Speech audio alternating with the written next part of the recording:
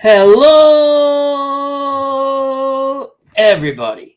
Hope all is well in the FOC, friends of the channel, friends of the community. We have a special guest with us. I'd like to have him on more often, but life gets in the way with things for all of us. You have to do life first before we can do this stuff.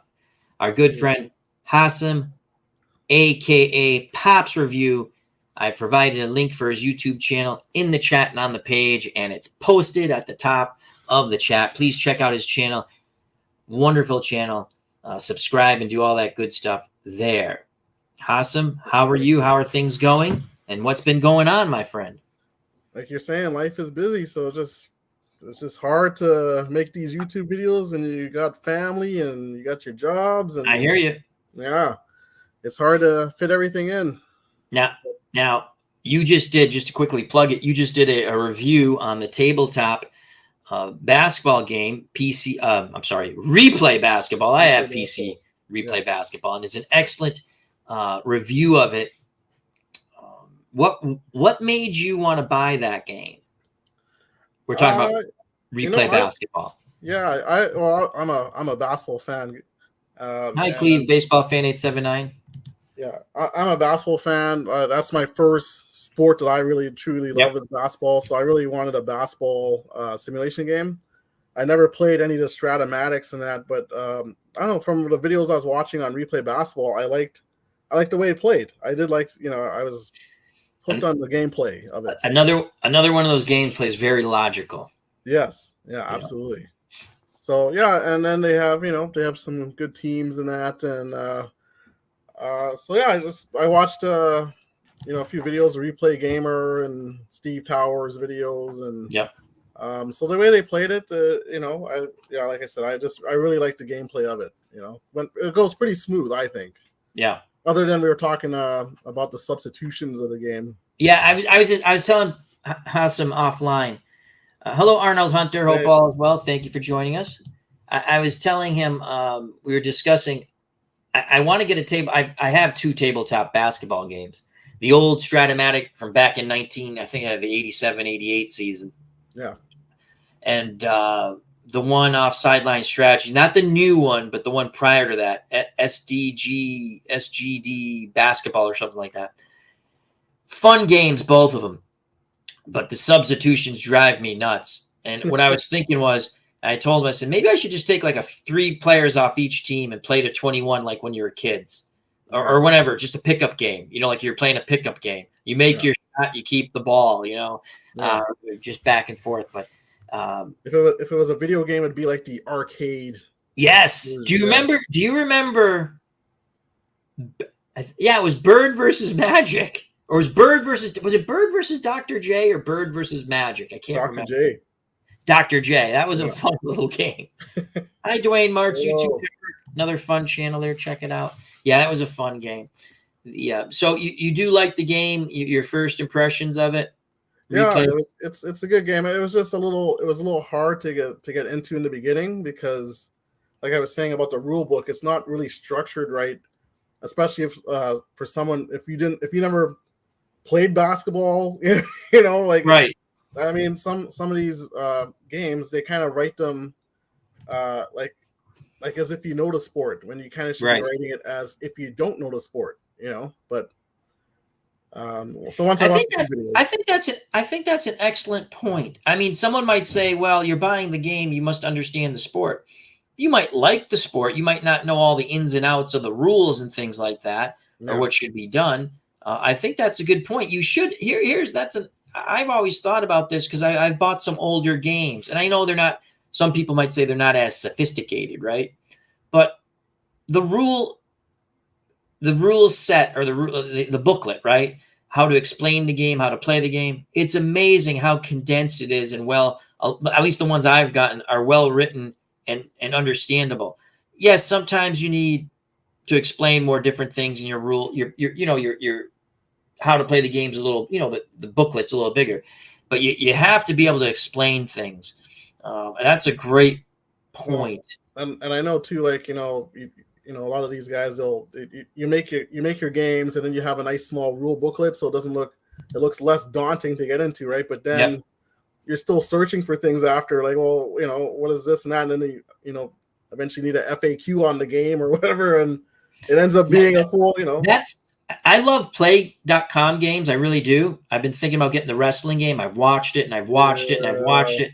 And I have lots of wrestling games and boxing games, right? And I love them. And I'm watching it. And that one's my point about play.com games, not necessarily that game, right?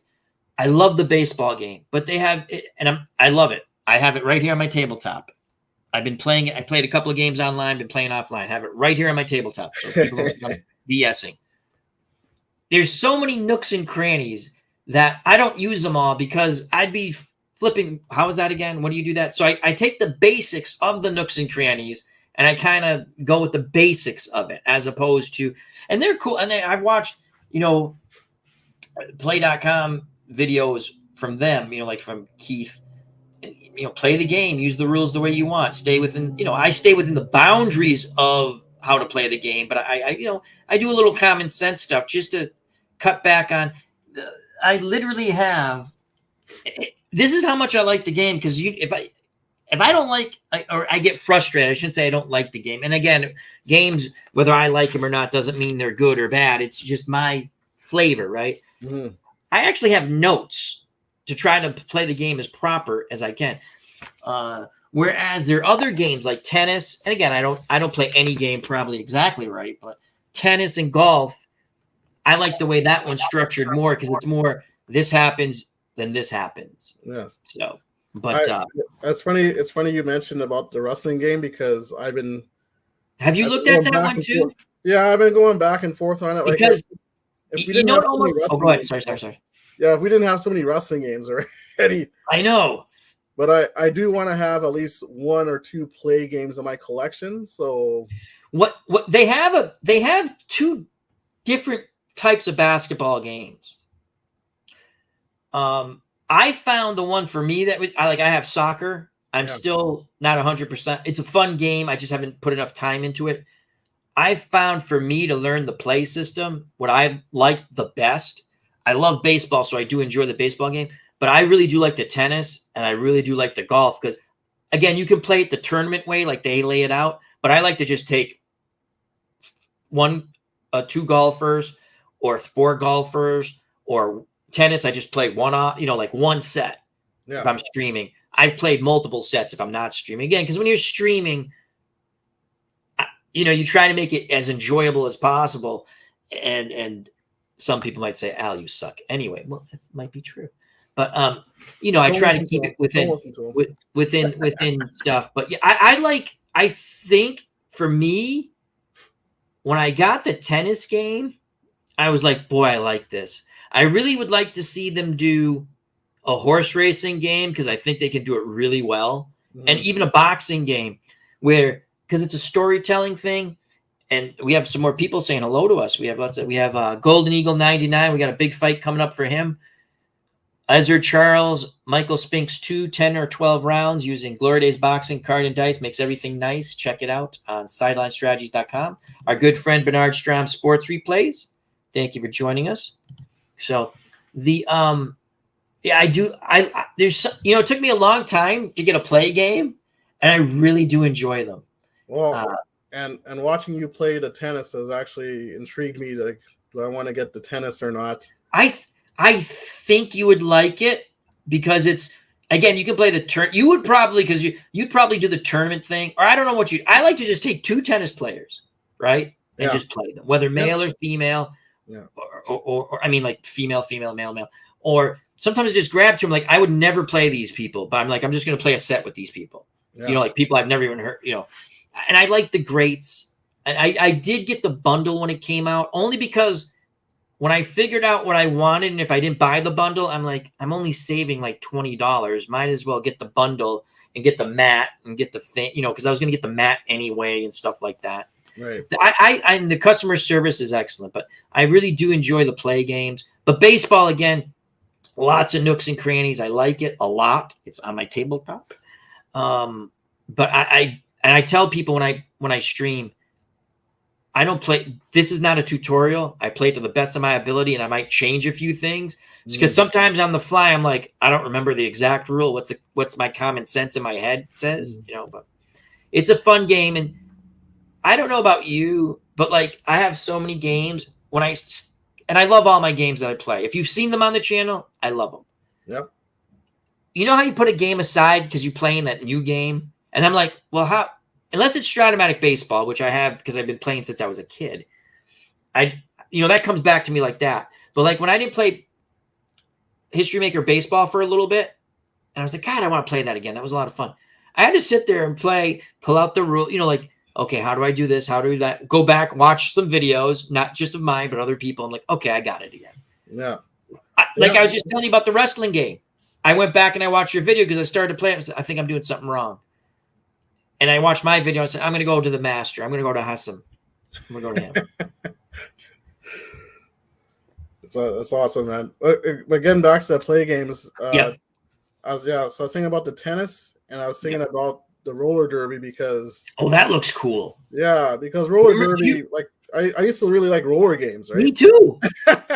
So do you remember? I don't. Again, I'm not gonna like. It was when I was real young. Yeah. It was wrestling. Then after wrestling, at least for me, roller derby came on.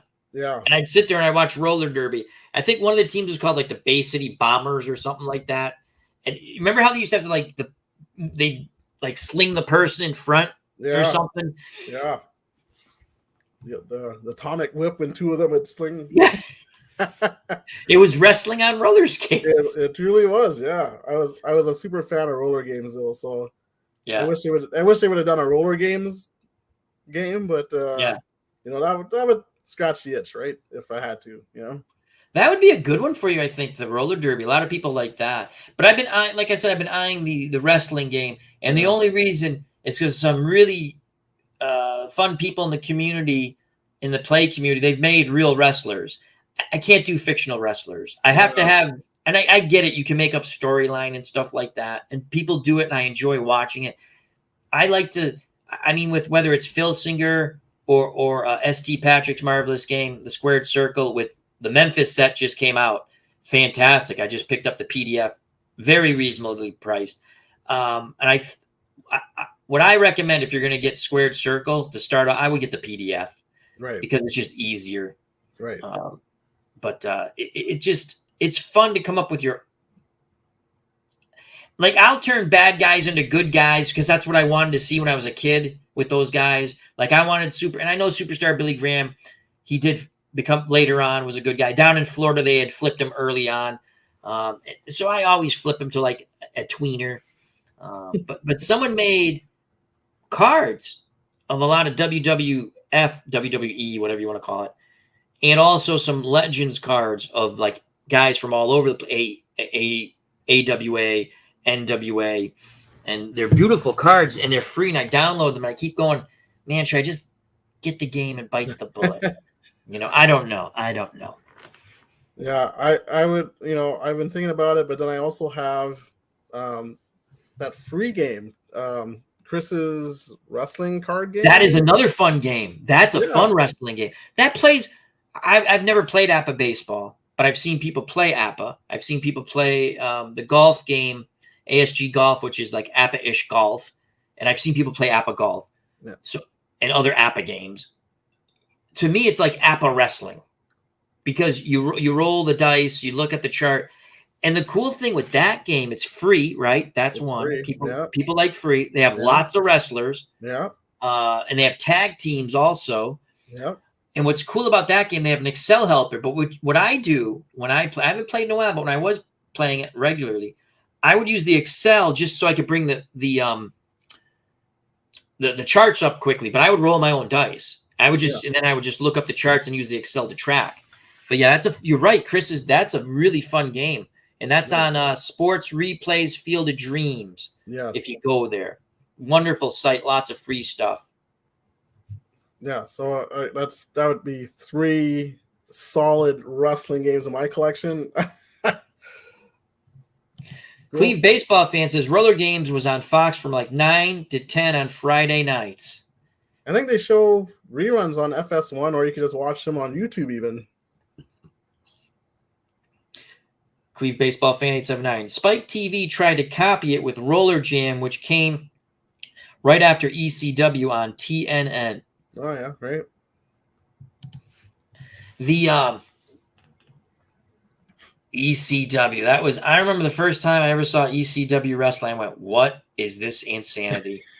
And again, it's strange because I don't like a lot of the high flying stuff, but that was so insane and brutal. It's like every match was brutal. And I remember sitting there going, that it's funny. I go away from wrestling and I come back to wrestling. And that was one of the things that brought me back. Some of it was a lot, like way over the top, but it was the nutty things they did. And, they're legitimately, your brother must know about, there are probably people your brother likes to work with, and there are probably people your brother doesn't like to work with in the wrestling industry. You don't have to say who, I don't want to know, but I'm just, because you hear that all the time if you watch documentaries, even like if you listen to MJF talk, Maxwell Jacob Freeman, he'll say, you don't need to kill yourself to entertain the fans. And I'm kind of like in that area where I'm sitting there, I like seeing a good wrestling match. I think when they do too much of the high flying stuff, and it's nothing new I've said, but it kind of takes away from it. You're sitting there going, you wouldn't do this in a real athletic contest. And you want a little bit of realism. Yeah. And I'm not saying they don't really get hurt, because they do. I don't know how, when they're doing the apron stuff, like how you protect someone with, because there's no, maybe you let it go over them slightly early. I've seen more people get hurt watching wrestling now with, they're going to, I remember Willow, the female wrestler who I like, she went to powerbomb one of Chris Jericho. Well, they don't have that crew anymore, but one of the females from Chris Jericho's crew through a table, right? Mm-hmm. And my wife and I, Teresa, were watching, and I went, she missed. You could see it. As she was doing it, she realized, and she tried to pull her back, and she really ended up, unfortunately, hurting the person. She didn't want to do it, but man, you got to make sure of that stuff. It's crazy. Yeah. They just had a match, Moxley and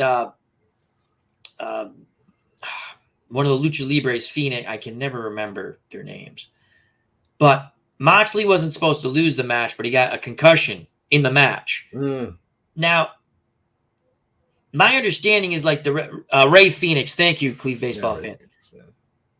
The referee is supposed to understand what's going on. He kind of like should have adjusted and said, okay, just pin. They made that Ray Phoenix, who botched the first move that gave Moxley a concussion, do it a second time when he should have just counted, because he kept going, even counted 3 and be done with it, even though that wasn't the finish. Yeah. Now, and Phoenix should have never done the second move. They should have just kind of signaled the ref and just small packaged him, or something, right? Yeah. I'm wearing Bullet Club right here because I like Bullet Club. Switchblade, Jay White, a few pay-per-views back, I think it was last year, the first time. When Adam Cole got his concussion, right? He realized Adam Cole had his concussion. Something was wrong with him. He didn't do any other special move, right? He just went and he pinned him because he knew he was hurt. And the ref wasn't counting. He kind of looked at the ref and went, he kind of lifted him up and then he pinned him back down again. And the ref went 1, 2. And I went to treat. I go, I don't think that's the way the match was supposed to. Because everyone was like, even the announcers were like, but at least he knew the guy got hurt, right? And he was intelligent enough that hey, ref, you better count 3. Adam's really hurt. He's in Gaga land. Yeah. And he is but I don't know. I don't know why that came up. I just stuck in my head. What are your thoughts? Because both of us have discussed, we've looked at the play wrestling game. Why are we still on the fence, you think, with that one? Is it because we have so many wrestling games? Well, I think when we are genuine wrestling fans, so anytime a wrestling game comes up, we're kind of like, yes, wrestling. Yes. So I think that's one major reason. The reason I'm on the fence though is just again, lots of wrestling games, so many guys, and some of the other games we have already in that. So and then like you're saying, made up wrestlers, it's just Yeah, I don't. And you can get, someone did a beautiful job again with making, there's a Bruno Sammartino, there's all these great WWF wrestlers in there, and then other great wrestlers, someone in the community. Beautiful too. You put the photo, again, they're free. So it's not anything I play, they put the photo of the wrestler. It's really a nice job they did. Yeah. But yeah, the fictional like, it's tough for me to do anything fictional because I can't. Yes, you can build your story, but I like to build my story the way I want with real wrestlers. Real wrestlers. Again, it's all fiction because it's on your tabletop. You can do what you want.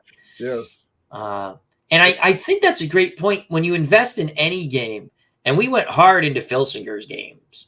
I have lots of Filsinger cards. I haven't played in a while. That's going to come back on the channel. I have to say I do really enjoy the Squared Circle. And again, the Memphis territory came out. I just watched a documentary on that again. On that territory. It's very fascinating. All that territory stuff in the old days, when you get to see the documentaries now, I love that stuff. I can listen to that stuff all day. Sometimes the documentaries are better than the actual wrestling that's going on. Absolutely. Absolutely. The best one I heard was, it was one of the Fuller brothers ran the territory down south, Alabama. I can't remember the exact, I just watched the thing. They had put all these territory documentaries together. So I was just listening to them. And they were mad because they weren't getting their payoffs the way they thought. So it was Ronnie Garvin. I want to say it was Armstrong and 3 other wrestlers. There was 5 wrestlers. Well, what they did was they broke off, right?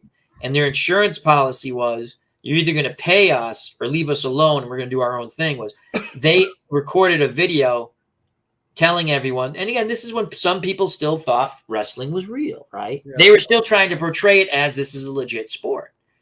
They did videos and they were ready to send it to this, like a reporter, a sports reporter saying, and they all had amateur backgrounds. They're all good amateur wrestlers. So they were legit. They're trying to make it look legit. They're saying every match we've ever had was predetermined. They never did that because Fuller met their demands. You know what I mean? But they held them up. Another one of my favorites, and I'll get to this in a second with something else about Jeff Jarrett. When he held up Vince McMahon for $300K, when that pay-per-view he lost to China. Yeah. That's one of the best stories ever. I don't know if I'm going to do this. Remember the money you owe me? They actually had to pay him. And you can go on his channel, obviously, and see the thing. He does the podcast with the guy who was married to Ric Flair's daughter. I can't remember his name. Conrad something. Conrad something. Yeah. But the great story, like he goes, so JR comes back because that's who was doing the negotiating. And he originally said, I want my, that 100 you owe me. And they come back and go, yeah, JR, I don't know. Remember that other time you guys screwed me? And he kept bringing up all the times they shorted him money. Yeah. And they had to pay. I forgot what venue they're at. They paid him cash. He goes, I want like a certified for cash. Or he said, I wanted cash, right? 300,000 cash. Imagine walking around with that. Or however they paid him. He wanted to make sure it was, he didn't want to check. I remember he goes, and then they're going to cancel. So I think it was cash. I'm trying to remember. They had to pay him from the gate. So he got a 1099 from whatever the venue was because they literally paid him. He wasn't going to go on. And he said, hey, they owed me money. He goes, if I had done the job, which he did, if I had, because he was jumping to WCW then. Right. And he says, I don't care about doing the job. I just, you've screwed me on money. He goes, you owe me things that I was promised. And he got his money. Yeah. And then you're also lightening his name, right? So, he's losing to China and then he's going to WCW and then, right. So pay him his money. He's absolutely right. Yep. So that was kind of, I love, those are my favorite stories. But the other interesting thing, just to bounce some wrestling stuff off you. So I was watching, was it last week or the week before? Ray Phoenix, now the international champion, wasn't supposed to be. Moxley got hurt. He's going to win it back when they wrestle Tuesday coming up. Mm-hmm. He wrestled Jeff Jarrett. I would have put the belt on Jarrett for a short term. because it would have been so much fun. Yes. He is such, he plays such a wonderful, miserable bad guy, and that whole crew I think is fun. It's just one of those crews I hope they keep together and don't break up. And again, things happen where contracts and this and that, but that's a fun little crew there. I would have put the belt on Jeff Jarrett. I just think it would have been fun have people, because you have all those people at ringside in his corner, right? So you know they're going to cheat. So even if he wins, it's a cheating win because he's a heel, right? And then you could have Moxley come back and beat him. I don't know. That's what I would have done. That's just me. The other. So do you play like in your head, like when I watch AEW wrestling, or I don't know, you probably watch, if you watch more WWE or whatever, do you ever sit there and just book in your head and go, why don't they do this? I mean, that's my favorite thing to do. And sometimes you're right. Like later on, like Teresa will turn to me and go, wow, they did your thing. I go, just like that young kid who was Darby Allin's friend, Nick Wayne, right? I go, I would turn this kid heel so fast, like especially after the whole, I don't know if you watch it, like they go Swerve and AR Fox, who's out of Connecticut. They go and they beat up Nick Wayne because he joined the other side. AR Fox jumped sides, right? And I said, once they let AR Fox back in, where Darby Wayne forgave him, I said, now you turn him heel. You know what I mean? You just turn him heel. And they did. And Trish was like, oh my God, they did, because it makes sense. It's fun. And he turns heel with Christian Cage, who's another mega a-hole, wonderful bad guy. I love him. It's gonna be fun to see the stuff with him and Edge, yeah. Copeland, yes. Yeah. I watched I didn't watch the pay, I just watched the little clips, and then I watched on the shows, because I'm not getting it's another thing with wrestling. And I know WWE, their pay-per-views aren't really pay-per-views. If you have the stream what's it called? Peacock. You get their quote unquote pay-per-views. And that's fine. Again, I'm not a WWE person, but that's just me. I think AEW with a monthly pay-per-view is insane. I just don't. I mean, they make money, obviously. I just think it's silly. You're not building your storylines. They go so quick, and sometimes you have something good going, and then it's done. Yeah, I don't know. I agree. Anyway, we got some in the chat. Bernard Stroud Sports Replays. Al, you mentioned horse racing and boxing a lot, connecting with them. Play games. Have you spoken with them at all about those games? No, they don't. I don't really speak to them. I just think they're very nice. I think they could do a wonderful job. Every time I get online, I talk about it. I just think they could do a really fun job with those games, because and Bernard Strom actually brought up, like, what I originally thought with a horse racing game, you would have like 3 sort of rolls. It'd be kind of quick, right? You have to roll for each horse. Out of the gate, in the turn, down the stretch. Bernard Strom said there's 3 turns. Again, yes, I know. So you could do 3 rolls for that and down, or 2 turns and down the stretch. You know what I mean? Yeah. I've always loved horse racing. The big stuff. Like I've gone back and watched Affirm and Ali Dard when they battled in the was it the mid 70s, late 70s, whatever. Secretariat, I've watched that. I mean, you watch it sitting there going in amazement. The spectacle, right? Sport is spectacle, right? Entertainment is spectacle. And boy, that's some of the unbelievable stuff. P-Jet, how you doing? He says hello to everyone. But so what was your favorite basketball team growing up? I was a Bulls fan. I was a Bulls fan. My dad was a Lakers fan, so must have been some interesting discussions around the dinner table. Well, think about it. When 1991 came and there was like the passing of the torch from the Lakers to the Bulls. Yep. So it was kind of like I took over watching it, and nothing you can do about it. The Bulls were so dominant in the 90s, right? So great teams. Yeah. I enjoyed watching. I was not a Bulls fan. In fact, I used to root for the Knicks against the Bulls. Oh. I always liked the Knicks, always liked the Celtics. But was more, being honest with you, was always more of a Knicks fan. My friends would get mad at me when Bernard. I remember the Knicks were playing the Celtics. It had to be the early mid 80s. Bernard is before his second injury. God, was it before? Well, the Knicks upset the Nets in the playoffs, and then they went on to play the Celtics. I think the Celtics beat them 4-2 in the best of 7, I think. But I was rooting for the Knicks because I liked their team, and I think Bernard King, it was prior to his injury. He might have got hurt that year, and he wasn't playing. But I thought Bernard played in that series. I could be wrong. But I always loved Bernard King. I love the Celtics, too. I love Larry Bird and Dennis Johnson and all those guys. Right. And I would root for the Celtics against everybody else but the Knicks. And my friends would be like, how do you root for the Knicks over – I like the Knicks. And when the Knicks played those great Jordan teams – and I'm not a Pat Riley fan because, again, he came from the Lakers and stuff, and I was like, ugh, don't like Pat Riley. I don't mean as a person, but, you root against a team. Yeah. But man, they won in the most difficult way to win. Defense. Yes. What I thought used to cost the Knicks, I don't think they would ever beat the Bulls. It would have been real difficult. They never did, right? They never did beat the Bulls. They once not with Jordan. Not with Jordan. Yeah.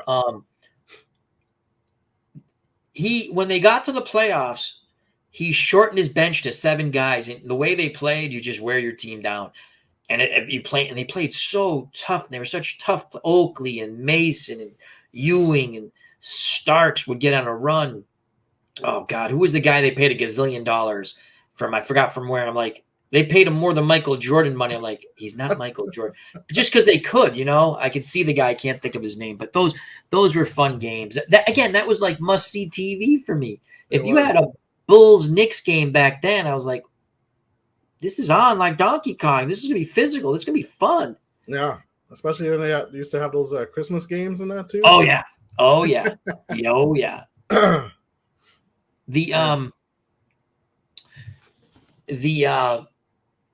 How would you think? I know what I think.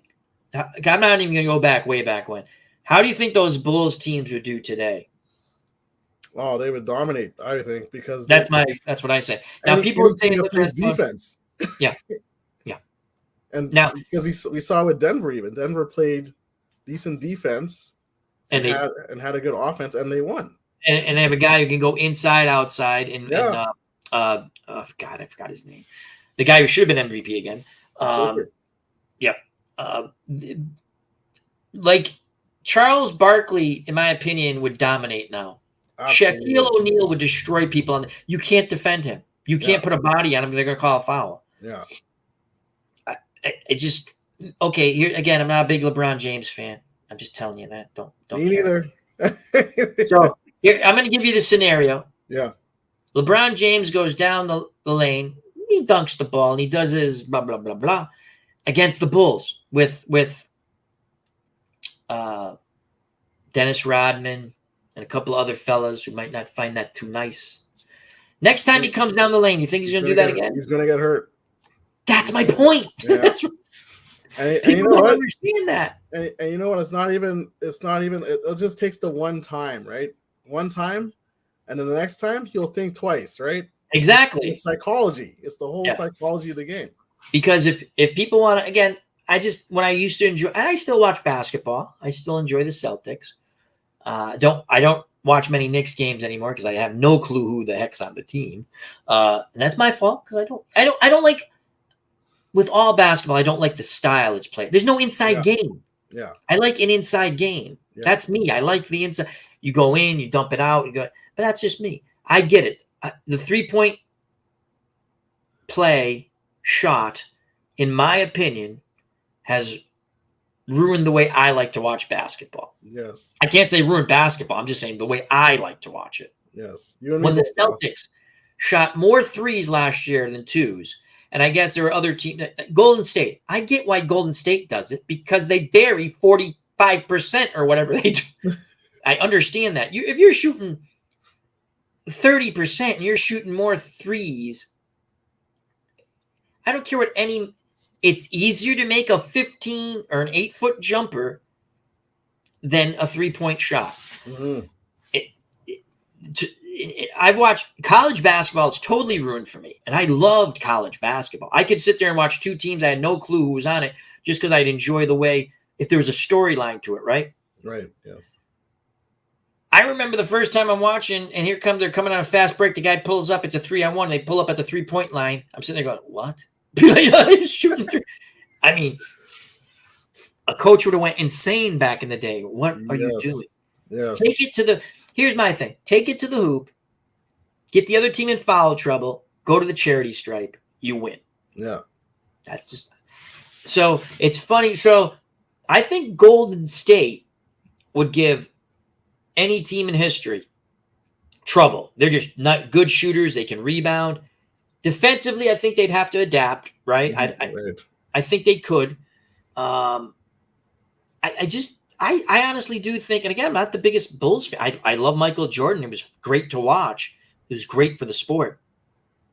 I just don't think they could handle a guy like Michael Jordan or Magic Johnson or Larry Bird or whoever you want to pick. I don't think Shaquille O'Neal. I don't think Akeem Olajuwon. They're not. There's no one. They don't. You can't play defense. Charles Barkley said it the best. He goes, "You mean you can't put you can't do this anymore? Really? I'm going to score all day down low." Yeah, I think that's the overall physicality of like the 80s and 90s ball it'd be too much for these guys nowadays. As much as they are these elite athletes that they're supposed to be. The physicality of the older game would take its toll on these guys, I think. And I try to explain to somebody who's around my age, not a big basketball fan. And again, I'm not a big basketball fan anymore.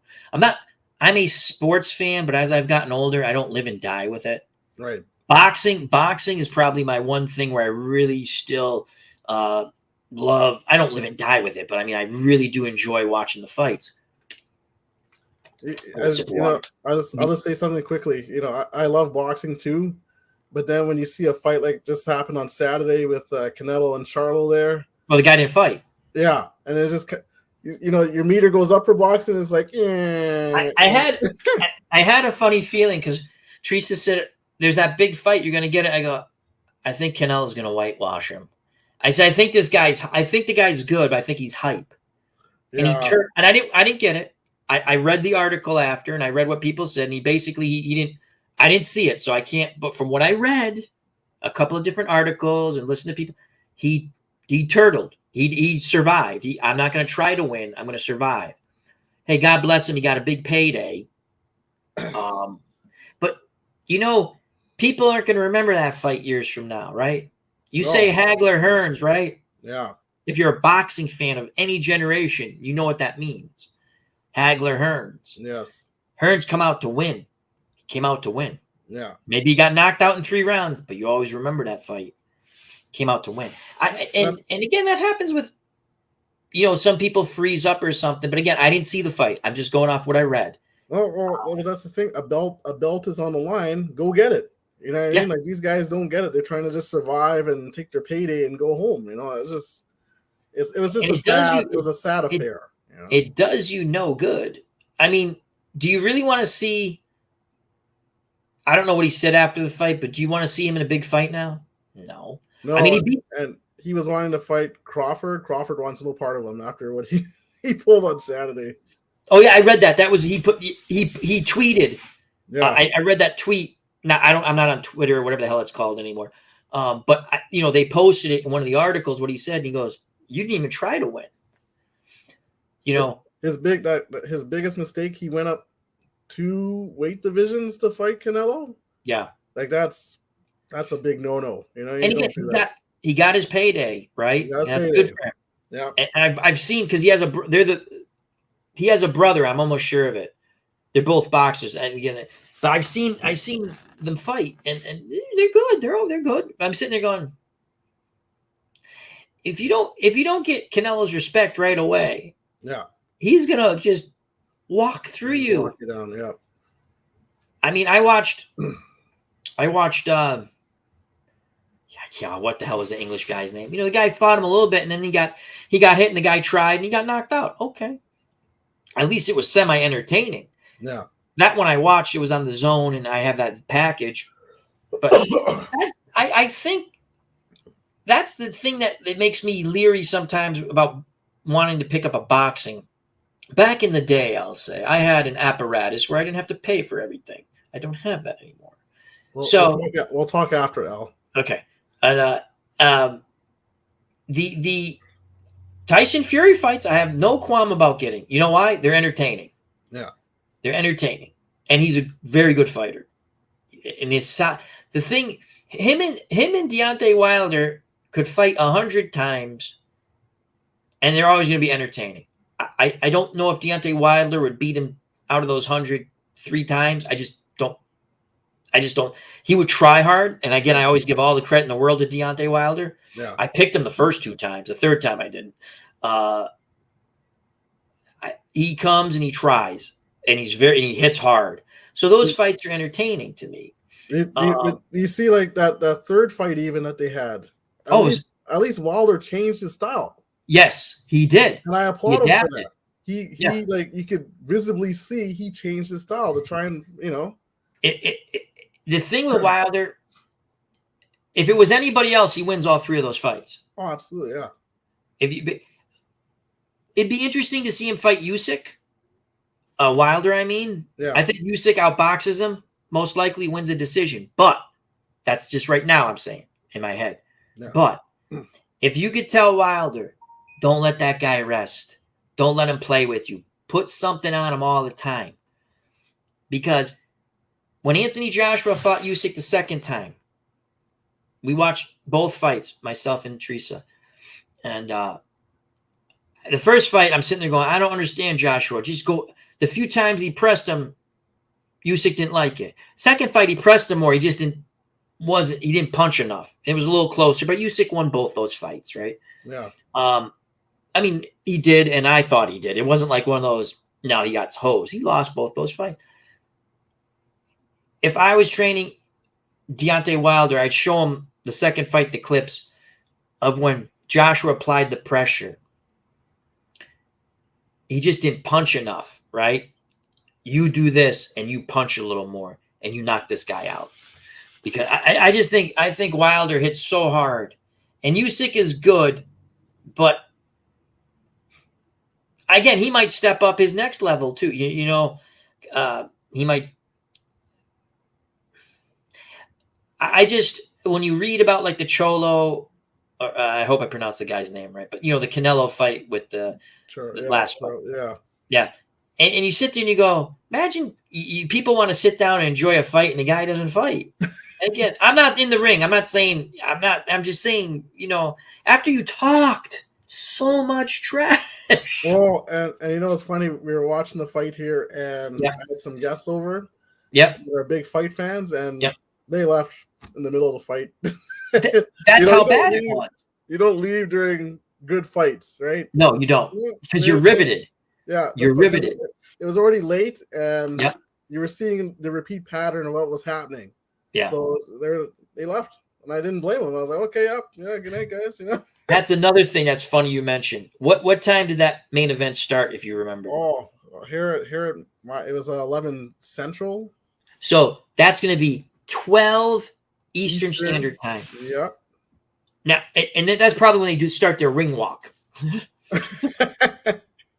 Well, it seemed like they just pushed it, because everything was wrapping up about 10:30 Central, but somehow it made it till 11. Yeah, they pushed it, and people. Here's what makes me laugh: the people who've bought the pay-per-view have already bought the pay-per-view. It's not like people. You don't sit there at the last second. Oh, I'm just gonna. You buy it, and even if you walk away, you don't want to watch the undercard. You have it on or something. I'd never. That drives me insane. Yeah, that drives me insane. I'm like, can we get the fight to come off? I get about the West Coast time, but can we 11:30? Is that not bad? Can they be in the ring ready to fight at 11:30? Yeah. Yeah. No, how was the under? Did you watch the undercard? Yeah. How was it? They were decent. They all were decisions and that. So, but decent fights. Oh, that's good. Nothing exciting, but nothing boring. So no, you saved your time. Don't worry. Thank you. Golden Eagle 99. Does Tyson Fury have a fight coming up? Yes, he's fighting the MMA. Nagai Francis Ngannou. Ngannou. Thank you. Yeah. Now we can talk about that. That's interesting to me. We could talk. Yes.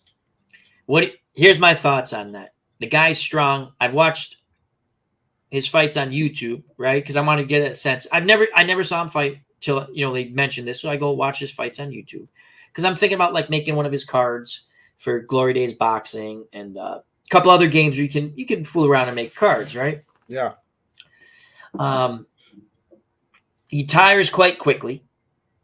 Even the fight when he won against the guy, I want to say he's Eastern European, Ukraine, but he lives in the U.S. I can't remember the guy. He's Mirko or something. I don't know. Oh, Stipe. That's it. Yeah. So the guy beat him the first time by decision. The second time he knocked him out. He caught him and he knocked him out. But I don't know how that's translating. Good for him. He's going to make the most money he's ever made in combat sports. I'm happy about that. And it's a 10-rounder. I think.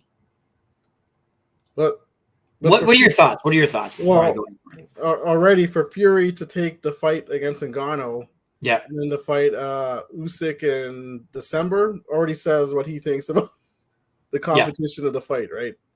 So he's not even worried. It's gonna, and again, you have to worry. I hope, because I honestly don't think. Well, let me ask you, Al. How many times have we heard? They always say, "Oh, he's got a puncher's chance." How many times has that ever worked out for the puncher? Very few. Yeah, I don't even think I've seen it work out for a puncher when they say puncher's chance. I think I've seen some good fights when they said he's got a puncher's chance. But I'm trying to think.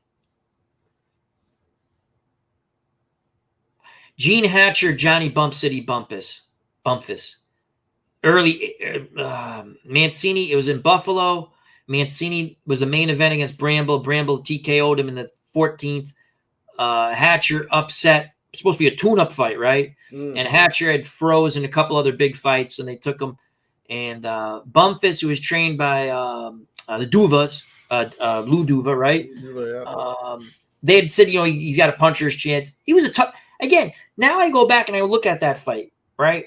And Hatcher was a good amateur. He was a good amateur, right? Yeah. Now when I go back and I look at that, and you sit there and then you look back at his amateur credentials, because he was a pressure fighter, but he kept his hands up. He was a nice fighter. He was always entertaining, and that he was on that night. That night, I think Bumpus underestimated him, right?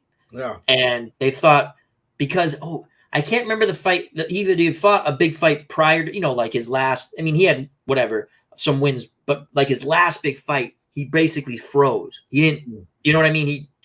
He froze, and maybe they thought that's the guy they were going to get, and they didn't. He didn't freeze that night. He fought very well, and he could jab his way. And and then they had a mini riot in the ring after the fight. That was fabulous. And then I was like, so that I always like a good upset. So that was cool. And then I watched one of my favorite fighters of all time. Just you sit there and you're watching the fight and you're going, "Oh, come on, Ray, just hit him with a big punch," because you're watching him. And Ray's trying hard, but the guy just got his number, And I remember when they stopped the fight. At first, I was sad and I was happy because I didn't want to see him get hit no more. He's all beat up. And again, I don't know. I have a soft spot for guys like Mancini or Frank the Animal Fletcher. I like those type of fighters. I like them. Yeah. They tried hard. Maybe Animal Fletcher, he was one of my favorites. And if you look at how many fights he had, the lifespan of boxing short for him. He was out of Philly, pressure fighter. He could hit, but he wasn't a power puncher. You know what I mean? He could wear you down. So he got to that point where he had was it Wilfred Sippian? Was that the first? He's lined up to fight Hagler. Now, in hindsight, Hagler probably destroys him, but it would have been entertaining for as long as it lasted, right? Yeah. He fought Wilfred Sippian, and I remember watching that fight, and again, people can believe me or not, but sitting there going, "Come on, Frank, come on," because I wanted him to fight. I liked him, and he tried hard, and his mother was not. God bless her. I assume she must have. I hope not. Maybe she did. But his mother would be at ringside. "Come on, Frank," and she would.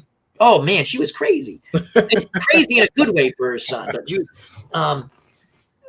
and he lost to Scipion, and he would have got a title shot. And I think That was the second time it happened.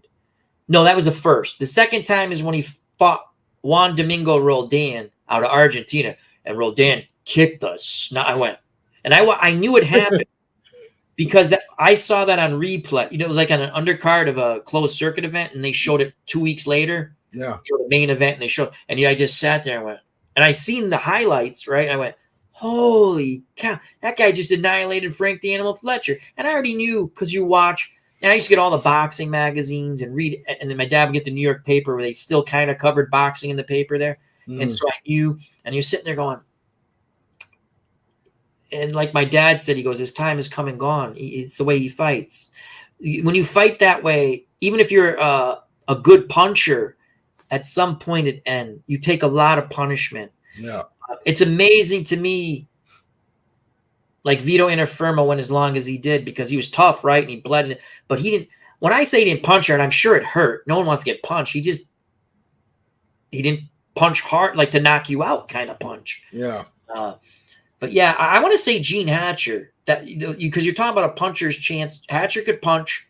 Tough. He was tough. That's the only one that pops into my. That's a great. And you're going deep cuts too. This is a good one. Oh, George Foreman, Michael Moore. Excellent. That's excellent. That's an excellent one. Yeah. Mr. Wrestling 2, how you doing? Mr. Wrestling 2. Yeah, George Foreman. That's another one. I have to agree with that. That was fabulous, that fight, because Foreman, they take him, his people, nice payday, we should win, right? Yeah. Foreman was slow. He was again, people make fun of George Foreman's comeback, right? He fought everybody that those other guys fought coming up. You know, like he literally started over. I watched him fight. I watched him destroy Adelson Rodriguez. People are like, well, who was that? Top 10 heavyweight from Brazil. Again, I know he lost whatever, but he destroyed him. The guy didn't want to fight. I watched him make Burt Cooper quit with a body shot. Again, Burt Cooper had his highs and his lows. Burt Cooper had some of the funnest fights I've ever seen in my life. He didn't win them, but they were fun. I watched him make Dwight Muhammad Kwai, again, a blown-up cruiserweight. I get that. Quit with a body shot, okay? So the guy, and I loved Foreman, he could still punch. I watched him fight Evander Holyfield. We had over 50 people in my house because I used to love to throw boxing parties, right? Yeah. And we're all rooting for, because it was a beautiful story. You want Foreman to win. Nothing against Holyfield. You want Foreman to win. Right. And everyone was following Foreman. They watched all. You can make fun of his comeback, but you know what? He kept winning and winning. And he stepped up. Him and Alex Stewart was a brutal war, and he got through it. And then people say, he's all done. Look at him. He got hit so much by Alex Stewart. Alex Stewart was a good fighter. Not great. He was a good fighter. Yeah. When he fought Holyfield, I remember I turned to someone. I said, he's hitting him too hard with his jab. And because I've watched a lot, I'm not a boxing expert, but I'm just saying I've watched a lot of fights. And they go, what do you mean? I go, he is so effective with his jab. He's hitting him too hard. His jab is knocking his head too far back. And when he's throwing the right hand, it's short by like this much. Yeah. And then a few rounds later, I want to say it was Merchant. I can't remember who was doing the pay-per-view. I want to say it was an HBO type of pay-per-view. So it was Merchant and whoever was doing it. I could see the guys. I can't. It might even been Emmanuel Stewart, really nice guy. I met him. God rest his soul. It was so fun to talk to Emmanuel Stewart. They said something that I like, similar to what I said. They went, oh, they just said that. I go, yeah, he's hitting them. I know it sounds stupid because they have these sort of preference. This is going to sound strange, but he's hitting him too hard with the jab. And when he tries to throw the right hand, he's actually snapping the guy's head too far back, and he's missing. Yeah. But Foreman, you sit there, and that was a 12-round fight. Going into the 9th round, we had it even. I mean, that's how good that fight was. And Foreman, then when Holyfield hit him with like 3,000 punches, and Foreman would go, he stood up to him, and then he comes back and he throws like 15 of his own. But you sat there and you went, oh my God, this is amazing. What keeps this guy up? Yeah. And Foreman was the thing with George Foreman that people might forget, in the 68 Olympics, and regardless of however someone sees protest and blah, blah, blah, blah, they had athletes protesting the situation, whether I agree, you agree, or you don't agree, whatever. They have a right to protest. Now, they did it on an international level. That always makes me, and again, I wasn't born yet. They hold up the fist, right? Yeah. Okay, you do that. It's not my thing, but they have a issue. Legit. I'm not saying the issue's not legit. I'm just saying that's George Foreman does the unpopular thing with, at least we'll say, the cool people at the time. He has a tiny American flag in his trunks when he's fighting for the gold medal. Yes. And you can watch that fight. It's on there. And he pulls out the flag and he just goes like this when it's all done. Okay. And they asked him, why did you do that? Because why'd you do that? He goes, if it wasn't for the Job Corps, and if it wasn't for this, and if it wasn't for that, I'd be in jail. His words. I would probably be in jail. That's where I was heading. I owe everything to the country. That's all. I'm just saying. So when he comes out of the Olympics, for some reason, they want to portray him. It was almost like a wrestling gimmick. We're going to make him like a mean Jordan. And he never was really mean, but they made him. And that wasn't his nature. It started to come out later on where it just wasn't his nature to be like that. He's tough and he can. And so when you get them the second time around, it's the true. And again, he was never bad. I don't mean he was. They just want him to be like. They want him to be. They want him to be a killer kind of. Yeah, guy. And he could hit hard. And he could wipe you out, but it wasn't his nature to be mean. And it would. If you watch some of those old interviews, he starts off that way. Like not being mean, but being more gruff. And then by the time it's over, it's him being himself, where he's just, okay, I hit him with this, and he tried hard and blah blah. But that was a great one. Yeah, Foreman Moore, and I want to say, I think again, Larry Merchant goes, Foreman just doesn't have the punch no more. He can't knock. No sooner does he say that, the jab and the right hand, and down goes Michael Moore. Teddy Atlas was so concerned, right? He kept telling him, Michael, just jab and move away, because he was training Michael Moore. Yeah. I was lucky to meet Michael Moore when he was still a light. He was right about to move up to cruiserweight. He was still a light heavyweight. I met him at a boxing function. I used to go they sometimes have dinners where I lived, fundraisers, right. And they had all the boxers come in. It was really cool. And you could talk to them. He's a very nice guy. And I felt bad because I'm like, he's a nice guy and all, but I was happy that Moore. That was the one time probably the only time I rooted against Michael Moore in that fight. Teddy Atlas, watch out. He's getting a little closer. Just jab, box him. Don't stand in trade. He kept telling him, don't stand in trade. And all that was either I want to say that was Thanksgiving week, whatever year it was, when he won the title back, and or it was in November. And when he said that and he ended up getting knocked out, I had seen and read so much about Gene Fullmer and Sugar Ray Robinson when they fought the second time after Fullmer beat him the first time. The amazing thing about Sugar Ray Robinson, in my opinion, is just like Ali well past his prime, because when you see Ali in the 70s, that's not his prime. He's still really good, and whether I say he got some questionable decisions, that's just my opinion. Yeah. Okay, I thought Kenny Norton beat him 3 times. I'd watch those fights over and over again. I still think Kenny Norton beat him 3 times. Doesn't mean they weren't bad fights. I just think Kenny Norton won 3 times. Yes. I think Jimmy Young beat him. But again, that's just me, right? But what's amazing with him, like with Ali, he's not in his prime. He's fighting a completely different way, and he's winning. He got the win, so he wins. He's beating these top guys in that era. It's incredible. And I'm not the biggest Ali fan. I'm a Joe Frazier guy. I met him. He was really nice. I liked him. I've always liked Joe. Gene Fullmer and Sugar Ray Robinson. Robinson, probably the all-time great fighter ever. And Ali's, you can go back and forth with Mayweather Jr. Again, he beat everybody. You can't, whether I like him or he beat everybody. He beat everybody they put him in the ring with. Yeah. He won.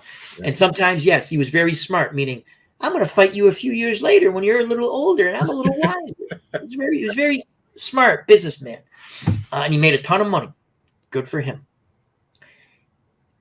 Robinson beat guys. Again, he's not in his prime. He's beating these guys at middleweight, right?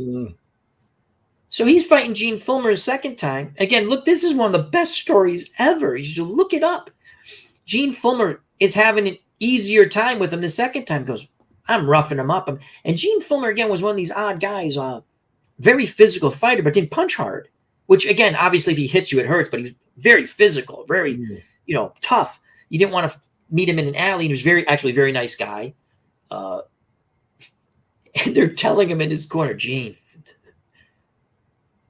keep doing what we told you. Jab your way in, bang the body, rough him up, tie him up. Referee breaks you. Over, just keep doing it. And he goes, I'm going to knock him out. Gene, just keep doing what. Because they go, Gene, you're dropping your, because he's trying to load up. He's winging, right? They go, Gene, because I'm going to get him. So he goes out to try to knock him out. I want to say it was the 6th round.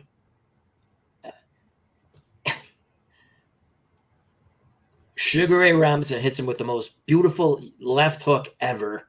I mean, there's a lot of great left hooks in boxing, but boom, hits him on the chin. And he kind of does, and he goes down, right? Out. And so he's back in his corner. He was out. He doesn't even remember anything, right? And they're what's that? They give you the stuff, smelling salts. Yeah. So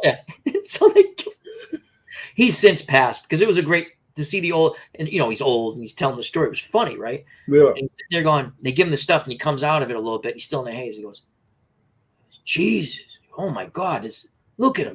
Look at Robinson. He's in great shape. He's doing calisthenic between rounds. And they go, Gene, they counted 10.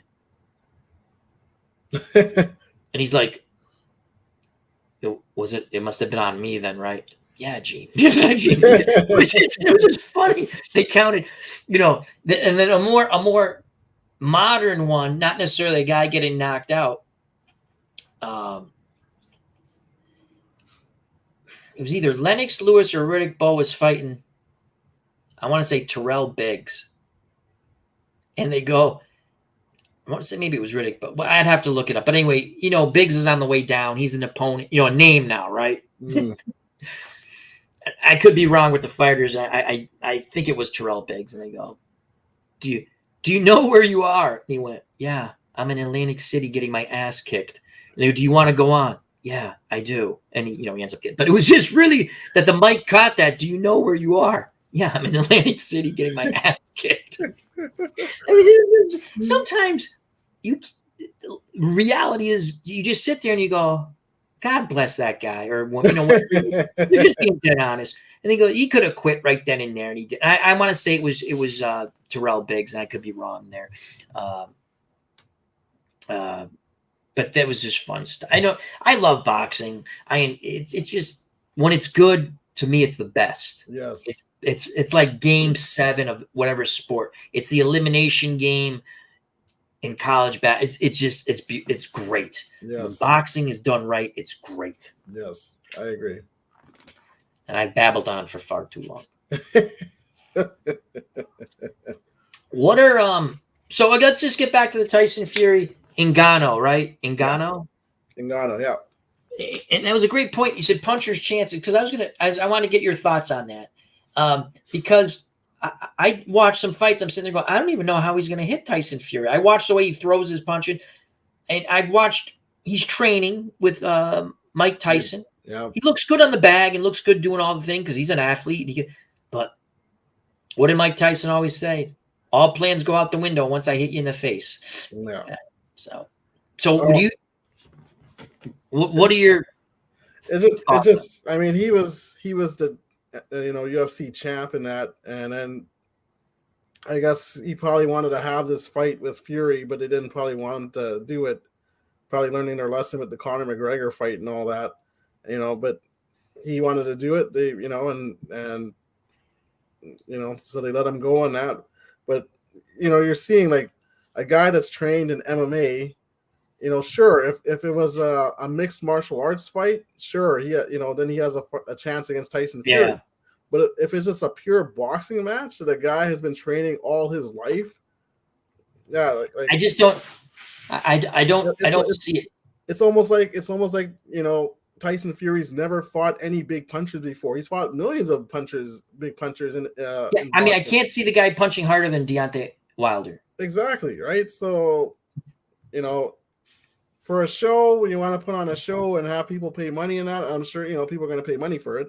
Oh, yeah. You know, and have some sort of entertainment. But, yeah, he has, like, no chance against Tyson Fury. No. I don't think so. That would be a bigger upset.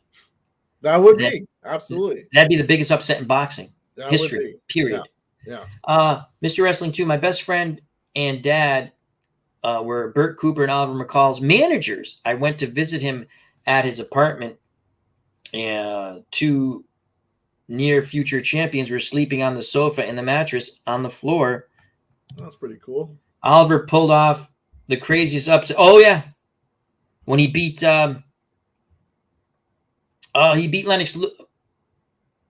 Yeah, was it Lewis? Who the hell did he upset? Oliver McCall? Yeah, he upset Lewis. That's right. The other one. That's and then they had the rematch and he was crying. And he quit. Yeah. The other one, Lewis went when Rotman beat him, and then Lewis came back and beat Rotman. Yeah. 2 vicious knockouts. I knew, I had a feeling that was going to happen that night too. The first one, yeah. Me too. Yeah. My sister got married that day of that fight. Okay. Yeah. I put a bet in, right? Yeah. And they go, "What were you taking, Lewis?" I'm like, "No." And they go, "Why?" I go, "He changed his hairstyle. He's too." And I'm telling you, because he had changed his hairstyle. I went, he was more. I said he's more worried about his hairstyle than training for this fight. And I go, and there's 2 other factors with that fight, right? One they were the fight it wasn't in the States. It was like in Europe somewhere. I can't remember. Like, yeah, I don't think it was in the States. I'm not sure. I don't remember. I just remember when I got word that he won, I went. Or was it in Africa? Was the fight in Africa, I think, or something? I'd have to look it up. It could have been. Yeah. So Rockman was there a long time training. Right. And I think Lewis was filming a movie or something. Yeah, he was distracted.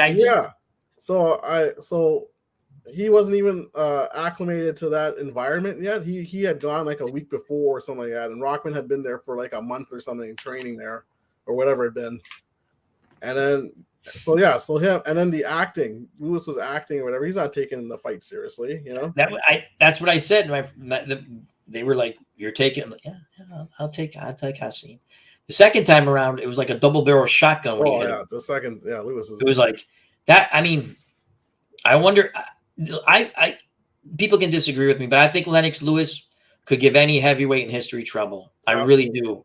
Absolutely. His size, his jet. He was very good. Yeah, he's not my cup of tea fighter, but he is a very dominant heavyweight though. Absolutely. He was very good, and what and I'll go back to the infamous that when Tommy Morrison was supposed to fight him the first time, and he turned down going to England for $25 million, instead got knocked out on ESPN by Michael Bent, another Englishman, for $1 million. And I remember turning to my dad. My dad was laughing. He goes, "I think it would have been better to get knocked out for $25 million." I go, "Me too." Yeah. I would have took the $25 million. We could have fought in a phone booth. You could knock me out. Thank you very much. I enjoy the payment. I'm not saying don't try. I'm just saying you take the $25 million. Yes. And just because they didn't want to go to England. They were like, "We'll fight you in Vegas in the fall." And then when they end up fighting. So this is how bad their business was. And I don't know if it was Morrison or his people, as a team. We'll say as a team, right?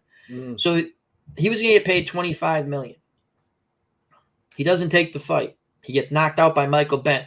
In that fight on ESPN, he hurts Bent. Bent is on the ropes, and Bent throws a haymaker, catches him, and then ends up dropping him a couple of times and knocking him out, or dropping him 3, whatever. He stops him in 1 round. As you bring him up, what did you think when he fought Foreman? Who were you rooting for in that one? I wanted Foreman to win. Oh, okay. I thought he controlled what he needed to do. Yeah. He did basically what Teddy Atlas wanted Michael Moore to do. And I think the Moore fight's obviously before, right? Yeah, it had to be before. It was before. Yeah. Yeah. he just kept jabbing and hitting him with 1-2-3s and just moving away, banging the body a little bit. And Foreman couldn't, and Foreman at that point was, he's older and he just was slowing down. Yeah. He didn't stand and really trade with Foreman. And he stayed calm. He stayed calm in that fight. He had a bad habit, and Foreman actually helped him with that because he had met Tommy and he liked him. Just this Foreman will say, he goes, you got to stay calm. You guys relaxed. He goes, my biggest thing, and again, not being bragging Foreman, but what he said his biggest issue when he was young was anxiety. Mm-hmm. Or he tensed, not my words, anxiety. Like he tensed up. So he goes, if I didn't get you early, I got tired because I was tense. He said, if I knew what I know now and went back to fight Ali, he goes, I'm not saying I'm going to win, but he ain't stopping me. Mm-hmm. He goes, he's not stopping, because when he came back, he was very relaxed. He knew what he could and could not do, and he stayed calm. And he was just incredible when he came. But that was fun. That was, yeah. So let's go back to the Tommy Morrison bad business math. Yes. So $25 million. You make $1 million for getting knocked out on ESPN. Okay. Yep. You're still $24 million short. Lennox Lewis actually loses also, I think, in that same year or early the next year. It probably was either to, I can't remember who he lost to first. McCall was first. Was it McCall? Yeah. Yeah. So he loses too, because when they fought, it wasn't for a championship. It was a 10-round fight in Vegas. Now, I believe Morrison only made $10 million or $8 million for that fight, or $5 million maybe. Dude, take the $25 million. You might win, you might not win, but you got 20, less whatever taxes, and it's still a lot more money. It kind of shows you the fear guys had of Lewis though, because even like Bo didn't want to even. Lennox Lewis rather throw the title in the garbage and fight him. Lennox Lewis, just my opinion, would have killed Riddick Bowe. Oh, absolutely, yeah. Killed. Yeah. He was in Riddick Bowe's head. Riddick Bowe feared him. Lennox Lewis beat him in the Olympics. Yep. That doesn't matter. I mean, but I'm just saying, Lennox Lewis would have, in my opinion, boxing-wise, would have destroyed Riddick Bowe. Yeah. Riddick Bowe's biggest wins came over Holyfield. And Riddick Bowe was good. But look what Andrew Galata did to Riddick Bowe. I know he lost twice by DQ, but he was really winning both those fights big, Andrew Galata. Now imagine what Lennox Lewis would have done to Riddick Bowe if Andrew Galata could have, when you see what Galata did. I just think they never fought. He didn't want to fight him. That's kind of strange. He wanted no part of him. Jake Cruz, how you doing, my friend? Sorry about your Dolphins last week. But Lennox Lewis was very good. Yes. Golden Eagles is one of his favorites. I think the size, the talent he had, he gives anyone in history trouble. Absolutely. I think he could, on any given night, I think he beats anybody. I'll say the same thing. Same thing about Tyson Fury. Same thing about the Klitschko's, who I'm not fans of. Yep. It's just the size, and they had boxing ability. Yeah. That's the one thing with boxing. The heavyweights have gotten so big, you do have to take that into account. When you're playing a game, a tabletop game, you're using your, you're just playing it. Do I think Rocky Marciano can beat Lennox Lewis? I don't know. The size is way too big. Do I think Rocky Marciano could beat any cruiserweight at any point in time? Yeah, I do, because it's about the same size. Yeah. Ali, in his prime, I think can adapt to anything, but he's going to have trouble.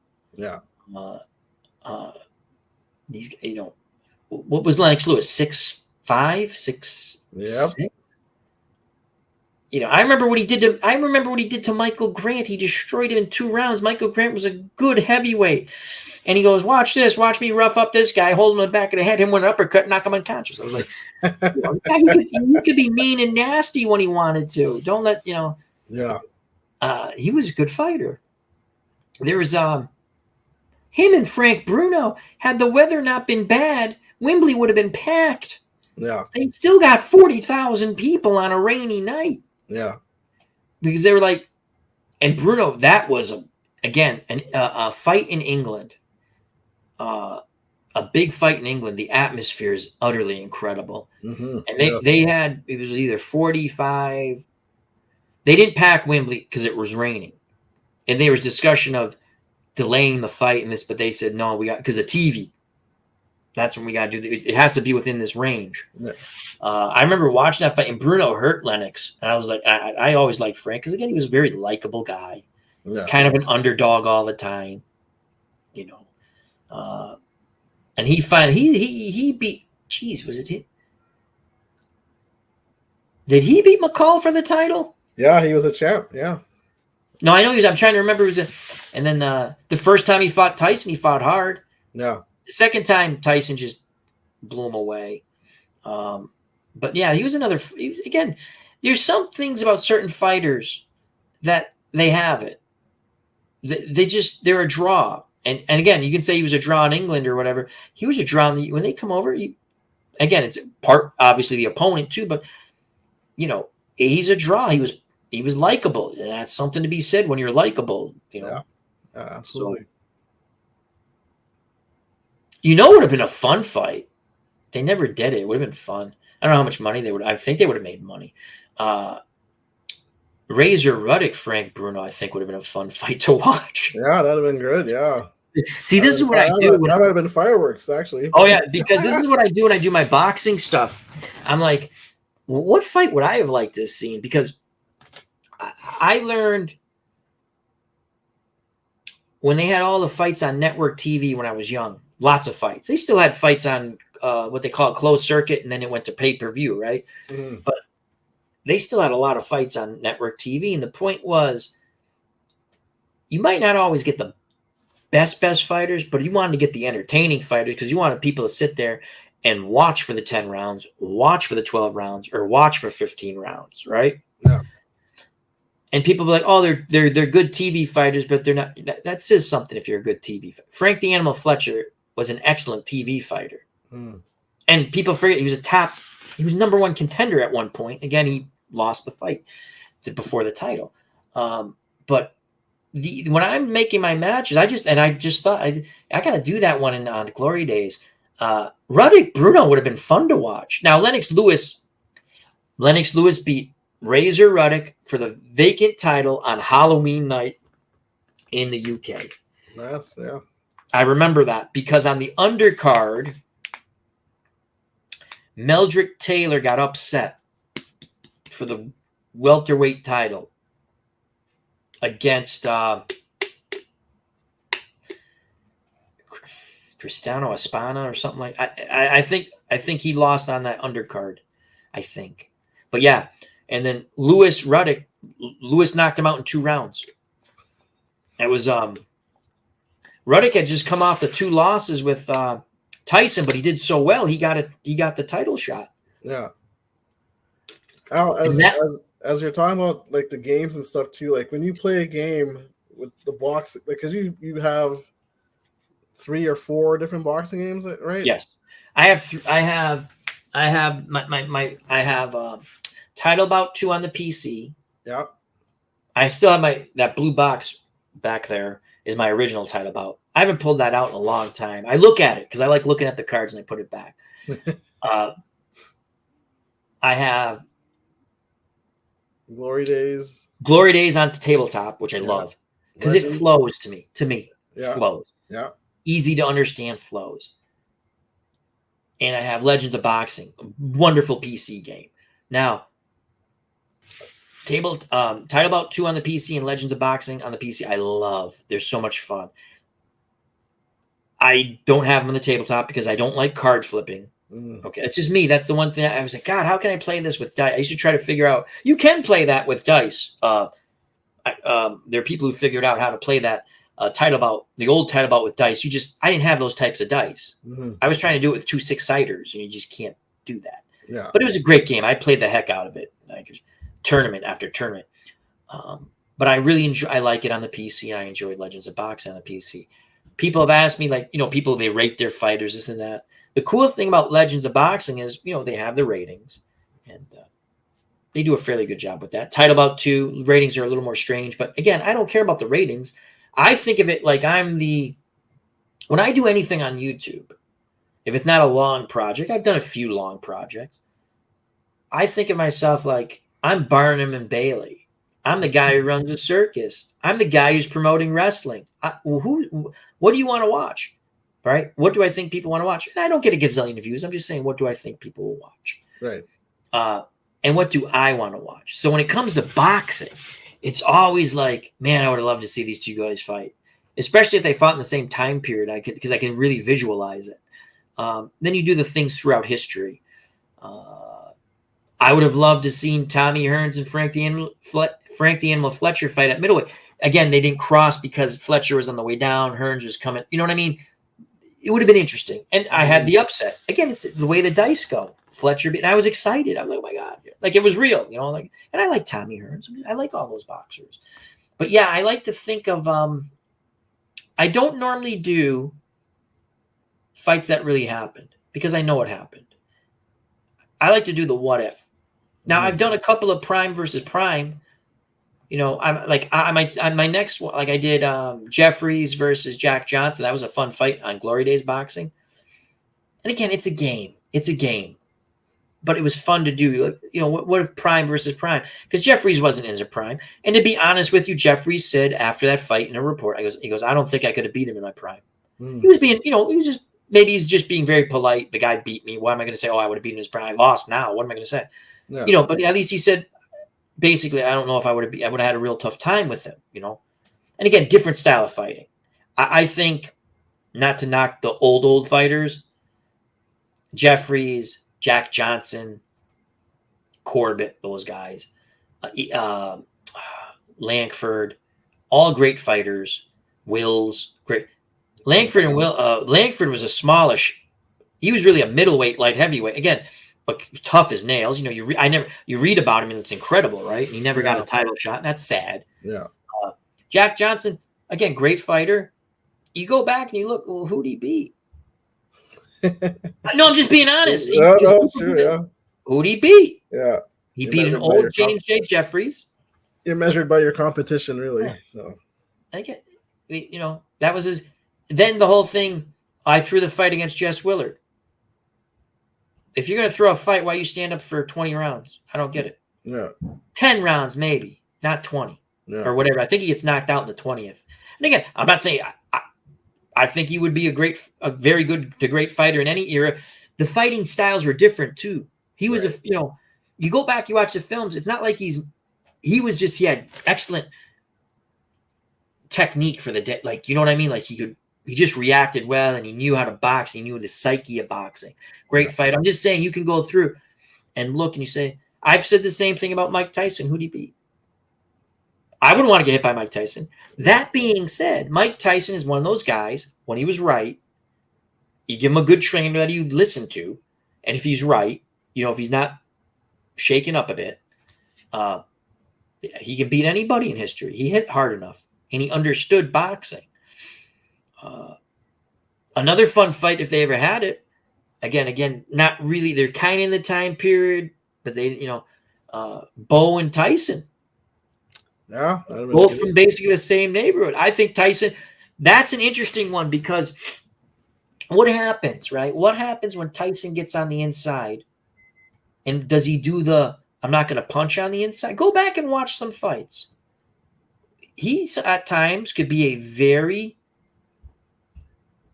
ineffective infighter. I know that sounds silly. Go back and watch where he would let the guy tie him up. And you just have to, work your way out of it. And he just could let the guy tie him up and he wouldn't punch on the inside. So what happens when Riddick Bowe hits him with an uppercut? See, that's interesting to me. I think Tyson beats Riddick Bowe because I think he's going to catch Riddick Bowe at some time with that right hand. And then he's going to, the shark, right? The shark mentality comes out, blood in the water. You're done. Yeah. Right? Yeah. That would have been a fun one.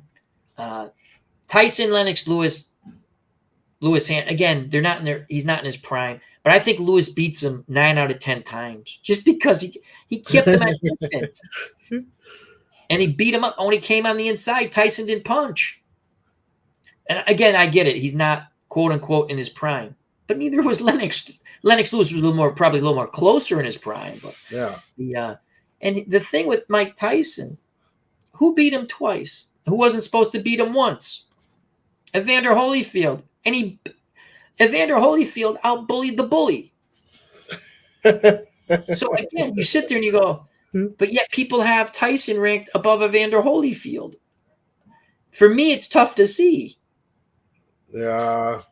That's just me. Those are just my opinions. Those are just. I love talking boxing, so that's just. And anyone who steps in the boxing ring, God bless them. I sparred a bit, fought a little bit, fooled around a little bit when I was younger.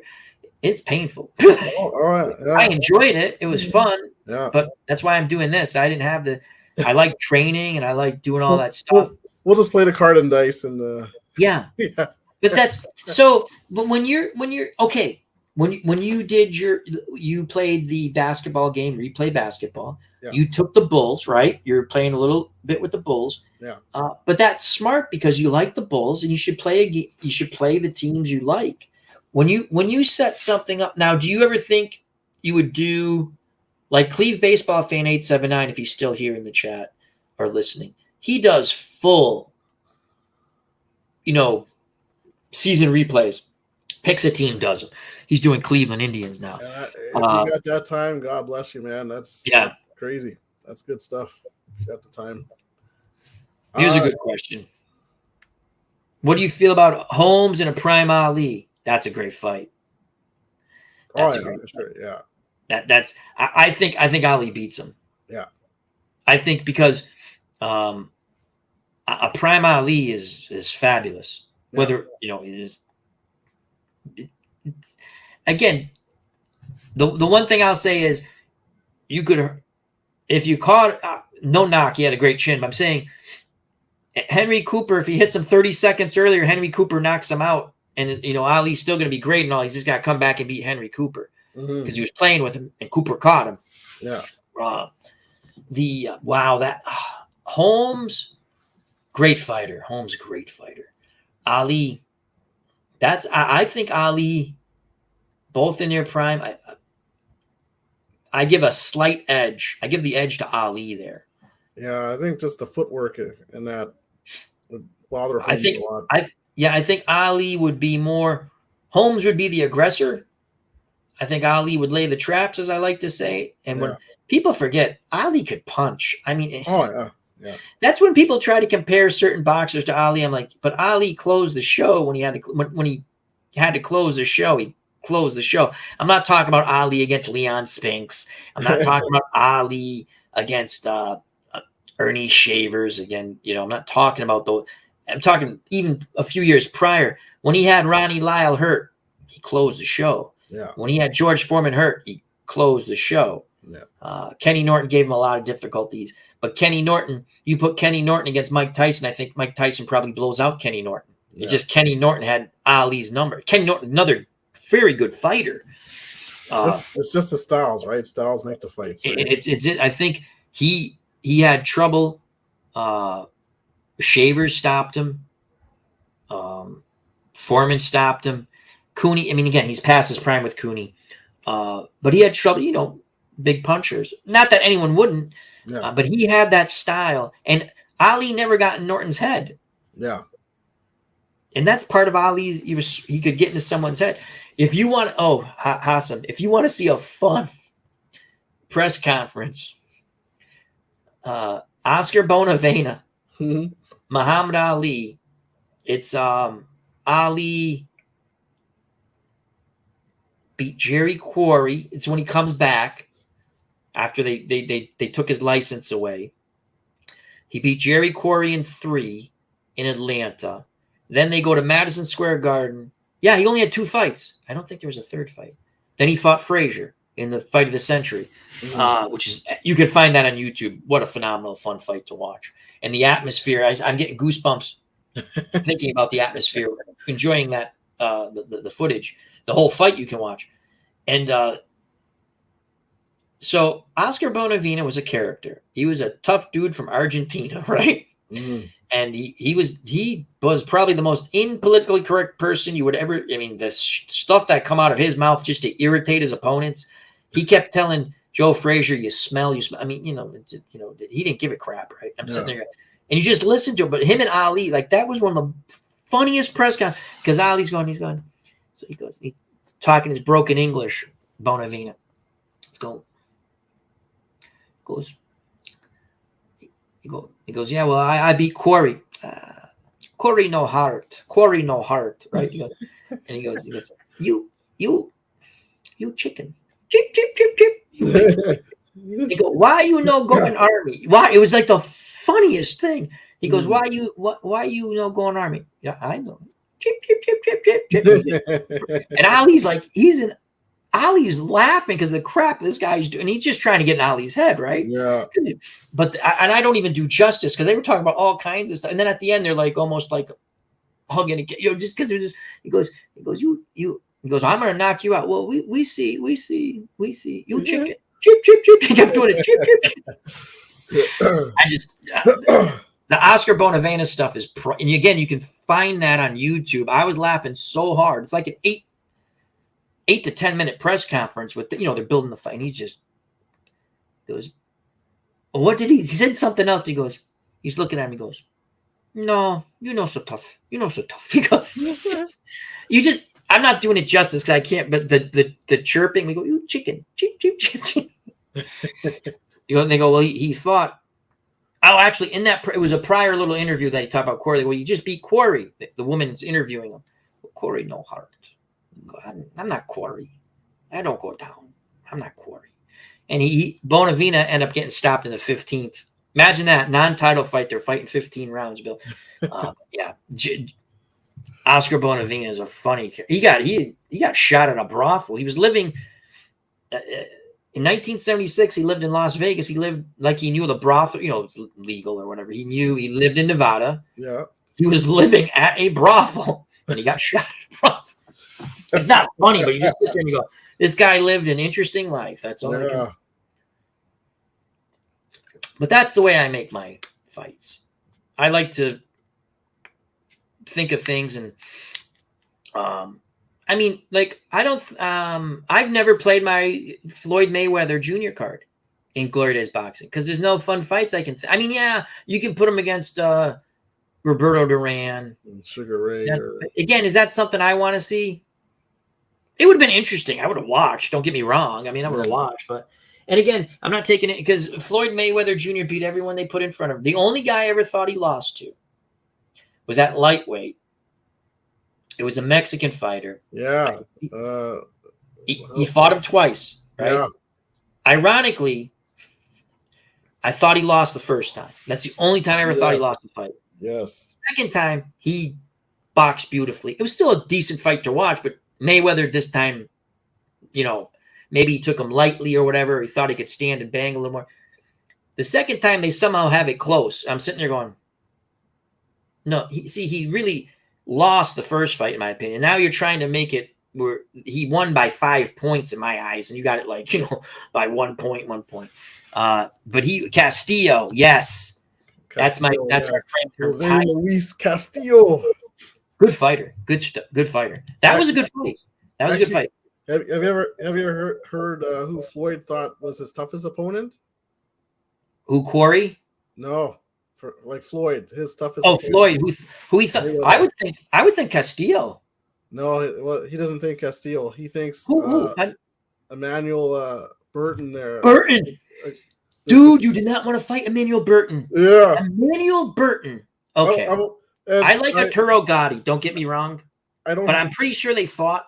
Was it him? No, I'm sorry. It wasn't him. It was a different guy. But anyway, Emmanuel Burton, if you look at his record, it's like 30-30 or something like that. You didn't want to fight that guy. He probably got screwed out of more. I'm not saying he won every fight, but I watch fights where I'm sitting there going, oh, he won. And they're like, and you're a winner by split decision. Or, yes, Emmanuel Burton was a good. And he changed his name. Did he change his name to Augustine or something like that? Augustus, yeah. Right, right. Oh, I know who you're talking about. And, Yeah, he was a good fighter. and I was like looking in like like these boxing games that we have, like to see if they have his card. They didn't make his card, I don't think. I think Glory Days Boxing just made his card. Okay. In the last set, I think. I think. Yeah. Oh, he was a tough fighter. Oh yeah. I was wanting to play with him, and then I'm like, I don't have his card. How do you do that card? Because he didn't win. Yeah. But do you sit there and you go, you know what? Let me check real quick. I'm almost positive it's in set 3. Oh, God. Oh, I know who he is. I remember watching guys I liked. They're gonna fight him on, like, say, ESPN or USA Network. I think he fought on both, but I think he fought more on ESPN because Top Rank used him a lot against their fight. I'm sitting there going, "You're nuts!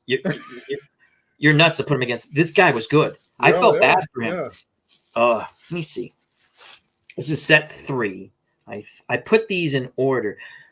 He would have been either at lightweight or junior. I think he was lightweight. I think he was at lightweight, yeah.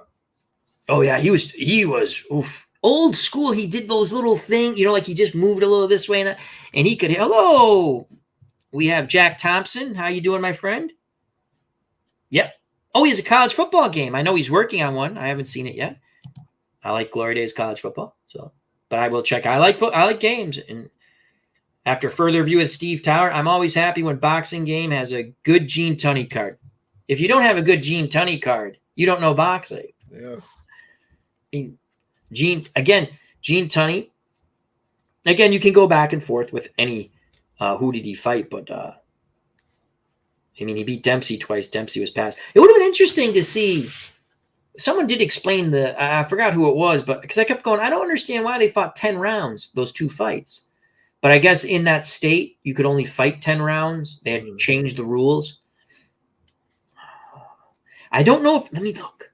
I can't remember if it's, okay, so we're at junior welter. Here it is, Emmanuel Augustus. So he made it at junior welterweight. Emmanuel Augustus is Burton, correct? Yeah, yeah. Glory Days Boxing. Okay, so, see, it's tough because he's 38, 34, 6, and 20. So his control rating is 3, well, not control, but like he has 3 stars. Yeah. But I might have given him because he doesn't win. That's the problem. But he was tough. He was tough because I was excited when they made this. I know people are like, dude's 30 and 38. You don't understand how. I know. How can I say he was good? He was really he was good. Yeah. If I had a fighter in his weight class, I ain't fighting him. So that's a recent card that you have there? Yes, this is supplement set 3. Okay. I'll have to try and get that then. So they have a bunch of heavyweights, mostly heavyweights, but a lot of other, and a couple of re-rankings, but it's Emmanuel Augustus. I'll read it to you. I'll talk to you offline about something. Yeah. Okay. So he has a control star on 2, 3, and 4. So the way this game works, if you're unfamiliar with it, I'm just going to use Ross Purity. Of course, that's he's a heavyweight. I'm just trying to look real. Oh, probably if I just flip and go here. So, okay. So Takashi Fuji was a good junior welterweight. I believe he was champ. He is a 6-starred fighter. That's like solid fighter in this game. So we'll say on the 4 roll, if they both rolled 4s, Fuji would have control because he has 2 stars compared to 1, and then you just, play out the game. Mm-hmm. So again, how do you I'm not going to, I probably would have made him, if I was going to keep him 3 stars, I would have gave him some sort of trait, slips punches well. How can I put this? You know what I'm talking about. But he did slip. Yeah, he did slip punches. So to make him slightly more competitive, they have him on the inside landing about 44%, on the outside 39%. Punching power was and again, that's about right. I think I would have gave him a trait though. That's just me. And I can do that. I mean, it's a game, so I can still give him a trait and say, I could look and say I could give him an old master trait. saying he slips a punch. Well, he was one of those fighters. Like if you punched him and you hurt him, you didn't know that you hurt him. No, he was. Again, if I had a fighter, if you and I were training a fighter, whether I was a trainer or the manager, or vice versa, or we're both training him, I would. Well, we're going to get you a fight. No, we're not taking that fight. Yeah, we're not taking that fight. We're not taking that fight because I don't think anyone ever looked good against him. No. If you wanted to, if we had confidence in our fighter, like we have Floyd Mayweather, right, Jr. Yeah. Okay, let's see what let's see what our kid can do. But if I don't have, I have to be really confident in my fighter. Yeah. Like here's the thing, if you were a brawler, I don't know if we had like a Gotti, right, or something like that, or whoever, Frank the Animal. I don't know. I know it's a different way. I'm just throwing fight. Yeah. I'd be like, Hassan, what do you think? I'd be like, let's stay away from him.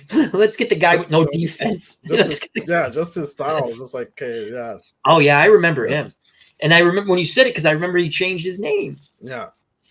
It's kind of, and then another guys like ducked during my time period was like a Winky Wright. Winky Wright was good. Was real good. His defense, junior middleweight, junior middleweight champion. Yeah. He was very good, Winky Wright. But just defense. Did Sergio Martinez beat him? Was that who beat him? Sergio Martinez? God, I gotta remember. I used to remember everything. They're just certain fighters, though. You're just like, we're not going to fight that guy. No, I tell you, Michael Nunn was another one until he lost his confidence when he got knocked out by James Toney. Yeah, when he was supremely confident. But some of these guys too, they're not necessarily knockout artists. They're just defensive fighters that make you look bad. And Emmanuel Augustus Manuel or Manuel August Burton. Yeah. Prior to that, man, he was. As soon as you said it, man, I remember watching many a fight. Yeah, he was a tough fighter. He was a good fighter. Again, you look at his record, he's only, 38-30, what did I just say? 38-34, 6 draws, 20 stoppages. His record doesn't tell his story. No, he was a tough fighter. Yeah. He was a good fighter. Yeah. That was the one thing I used to enjoy about USA boxing more than ESPN boxing. ESPN boxing was associated with Top Rank and Bob Arum. And I get it. You're building your fighters. To me, they weren't as competitive. USA fights, if they're from the Blue Horizon in Philly, yeah, you could get 2 guys who are 8-8, and most of those guys were going to fight their ass off because if they didn't, those fans were going to let them know. And the Blue Horizon, they were right on top of you. And they had the balcony and everything. I used to love the Blue Horizon fights. He was a good fighter. Yeah. I don't know how to explain. You'd have to see. I'm not saying he was. We're not saying he's a Hall of Famer. I'm saying he was a solid. He was going to test your fighter if you. Yes. And I'm not lying. I wouldn't put my guy in with him. Yeah. I wouldn't. Yeah. Because nothing, unless you wanted to see what your guy, unless you were possibly willing that your guy could get beat, and I think he was going to test your fighter. Yeah. He was going to test your fighter. So if you want to test your fighter, if you're confident, if you had your fighter at that point, we're okay. Now let's see what he can do. Yeah. You put him in there. If you have a young fighter and you're rushing him, JT 2.0. Hey, Al. Hope all is well, Pops. Hello, my friend. Yeah. Augustus, a.k.a. Yeah, a.k.a. the drunk. Yes. He's the only guy to have that style. And awesome. He was a good fighter. That's funny. Wow. Well, as soon as you said they didn't have a card, I said, I saw the card because I was excited when I saw it. I got to get this card now. We'll talk after. Yeah. We'll talk after. So, wow. I tell you, the one thing that used to upset me when I was watching fights, say on ESPN, when they have the weekly shows. You know how boxing is. Guys get screwed, and you're sitting there watching, and whatever. Maybe on 100 nights, the guy loses, whoever, right? On that night, he won. And you kind of, that always would sour me on it, because to me, you know, I get it. I get it. It still happens. We watched a fight 2 years ago, a year and a half ago. It was on ESPN or whatever. Yeah, and they were showing the fights. They had a special presentation. It was a good fight. You know, it was Australian. It was a championship fight. They called a clash of heads, right? Now they have instant replay in Vegas or Nevada. Sorry. So we're watching the fight. I'm like, that's not a clash of heads. I mean, if it's a clash of heads, how come when they were in close, the guy would have flinched or something? You know, you would have seen, you know. I go, that's a punch. It's a punch. They show the replay. It's a punch. Now, they were fighting on the inside, and the Australian, I can't remember who he was fighting. I can't even remember the Australian guy, but, you know, he's angling him on the inside. So come round, I don't know, 3, they stop the fight, right? So they've got, and Bob Arum's going over the commission going, no, it's a clash of heads, a clash of heads. I'm sitting there going, you could hear, you know, and he's like 90 years old now, or 80. And he kept going, you know, it's a clash of heads, and you got to go, it's a no contest, or you go to the school, whatever, it was a no contest, right? And my wife's going, but we watched the replay. I go, oh, no, they're going to get it right. They got replay. They look at the replay, go, yeah, it's a clash of heads. I'm like, you got to be kidding me. There's no clash of heads. And you just sit there and you go, you just screwed that guy out of a title. He stopped him on cuts. Just have a rematch. If you're that confident, I'm sure they had a rematch clause, or maybe they didn't, but still he didn't, you know, that there was stuff like that sours you on. It's like if you watch football, right? You're watching football, okay? American, Canadian, whatever. I'll say American because I don't watch much Canadian football. I did when Doug Flutie played, but he's not there anymore. Doesn't play football anymore, my boy does. I still got Flutie Flakes that I haven't opened in my closet over there. Not this closet, the one in the hallway. Nice. You know, you're watching football and you're sitting there going, how do you call this ticky-tack call, and then the guy gets mugged? I didn't see nothing, but I'm pretty sure I saw it, you know. If I had to change one thing in football, okay, this is off because we go all over the place. Yeah. USFL, XFL, they're merging. Again, I don't know how many people watched. I watched a little bit of the USFL, the redone USFL. It was okay. It was entertaining, right? So XFL, USFL, they're merging.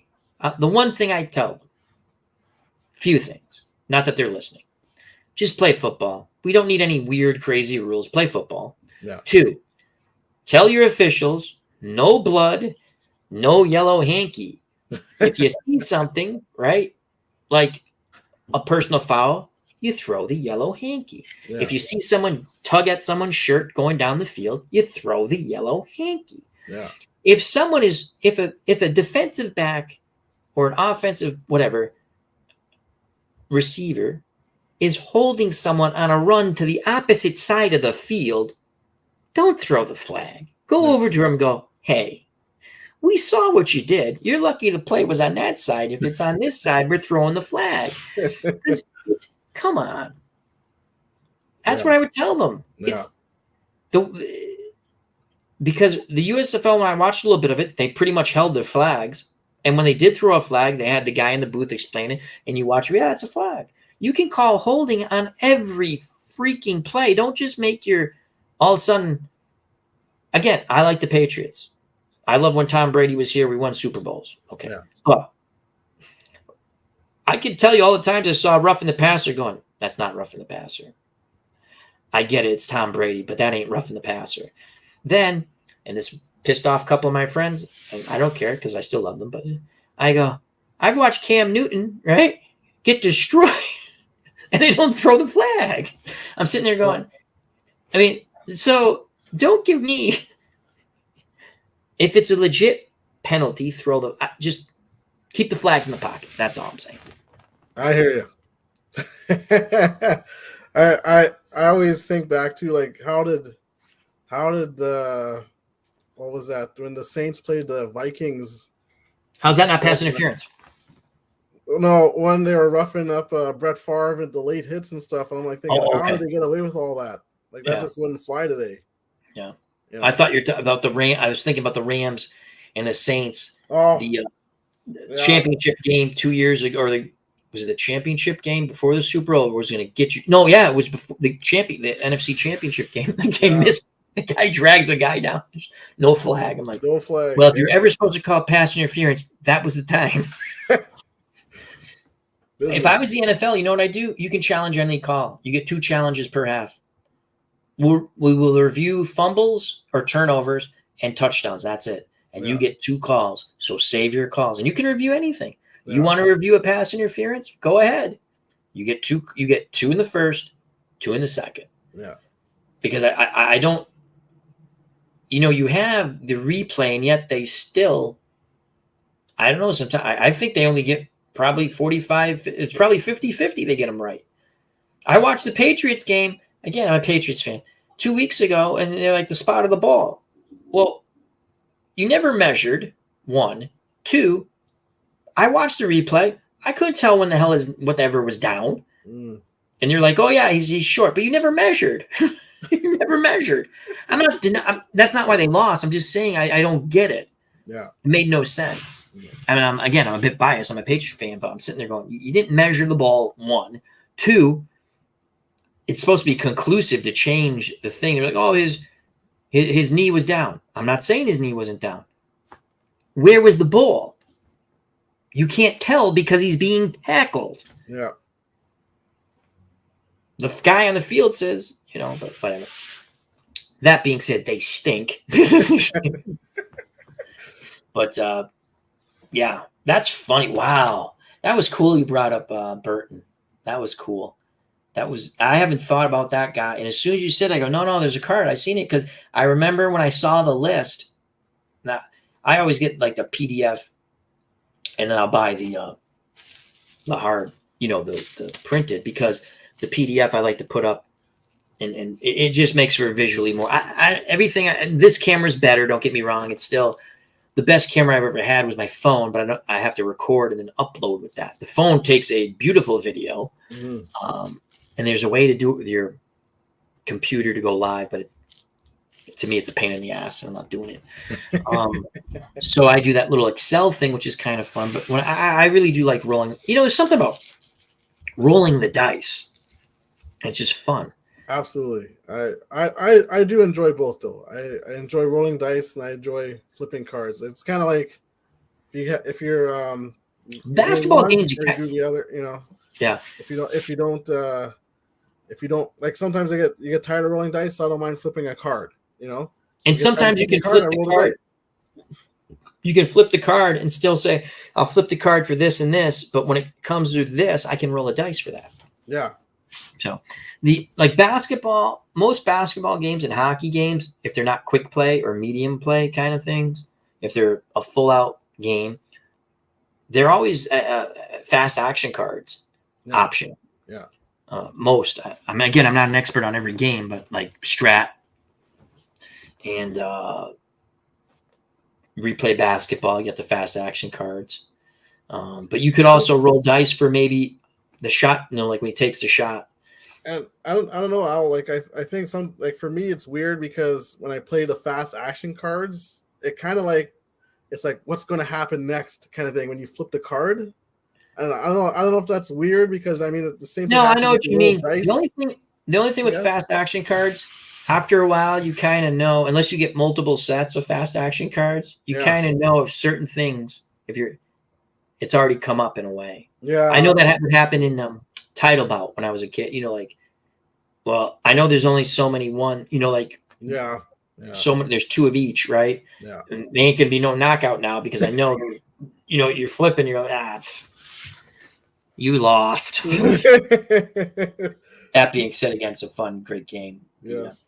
I think with the rolling of the dice, it's always random. Even if you click, and again, because we've talked about it, life, you have to do life first, family first, work first. Yes. Stuff has to be done first. So sometimes when I come home, I want to play a game. I look, I want to play something on the tabletop. I look at the time. I'm like, well, PC game tonight. Have a cup of tea and play a PC game. Yeah. So do you ever play PC games, or is just no, or console? Just the computer that I have right now is just low end kind of deal, So I'd rather play the tabletop version. If I'm gonna play like for me, if I'm going to play a PC game, I'm almost playing like a video game of sorts. Yeah, yeah. What's one of your favorite video games that you play anytime? Any time that you play? Oh, I have a Switch, right? So Yeah. I have a ton of games on the Switch out. I have so many games out. Like right now, I just got let's say Grand Theft Auto for the Switch, the collection. So I could play that on the go. I thought that was kind of cool. I could play it on the go if you want. Because you have it's portable. It's portable, yeah. Yeah, it's incredible. It's an incredible piece of technology. Yeah, I have the like the AEW wrestling on the Switch and stuff like that. How is that? I like it because I used to play those old Aki Nintendo 64 wrestling games, so it's the same kind of controls in that, the same wrestling system. Oh, it's not over. I bought years ago. I can't remember. It was a WWF game. Actually, I don't know if it was even. Well, might have been sponsored. They had a lot of. It was like Legends of Wrestling or something. Yeah. I got it, and you had to like. I'm like, what do you mean I have to unlock these guys? I just want to wrestle with these guys. And I'm like, I'm trying to win, and I can't win, and because you had to do like this button, that button. I'm like, oh my god, I bought this game because I wanted to play with all these great wrestlers they had, and you had to unlock. You had to win and unlock these guys. Yeah. I'll tell you, Fire Pro Wrestling's fun. My wife kicks my ass in that. Did you ever when you have your what system did you have Fire Pro for? On the PC. I also have it on the PlayStation 4. Okay, because I had it for the PS2. Back in the day, you have to you could get people would mod the characters, right? Mod the wrestlers. That's what they do on the PC. Yeah, I have all the. You can get Antonio Inoki. I did Antonio Inoki and Muhammad Ali just because it was in my head. And that story is a great story to me, Yeah. You know what I just watched? I didn't know. I probably had heard about it, but I didn't know. Antonio Inoki. And anyone who's out there, and if you want to watch, look up Antonio Inoki versus Chuck Wepner in Japan. It looks like I'm probably wrong, but it looks like they really went at it. They probably did. Again, if you ever, it's like 18 minutes. So, and it's an entertaining watch. You sit there and you go, because I kept trying to figure out if it was a work or because there's only at the very end, I thought maybe, but I mean, they look like they're hitting each other. Because I watched, it was interesting. I never knew they fought. And that was interesting. Basically, Inoki wore what would be considered probably MMA gloves. Wepner wore boxing gloves. So Inoki you could take the guy down, but the guy could go to the ropes, like if he held, so he had a break. So Wepner, I was watching, he desperately didn't ever want to go down. The first, I think they'd fought like 3 rounds or 3 5-minute rounds or something, because it went 18 minutes. So maybe it was only 3-minute rounds and plus the introduction and stuff. So, but I'm sitting there watching this going, and I'm trying to figure out, and I'm going to watch it again because I'm sitting there going, did they really go? It looked like they really went at it. I mean, but yeah, that was it. I never knew that. I've seen you can find Wepner and Andre the Giant, and that's a great Chuck Wepner story where he goes, we're going in there thinking this is a show, right? And the guy takes a swipe and Jesus Christ, right? And he goes, so I'm going to hit this guy. Right? He goes, he goes, I knew I was in trouble on him with a left, right. And he just went, and went, oh boy.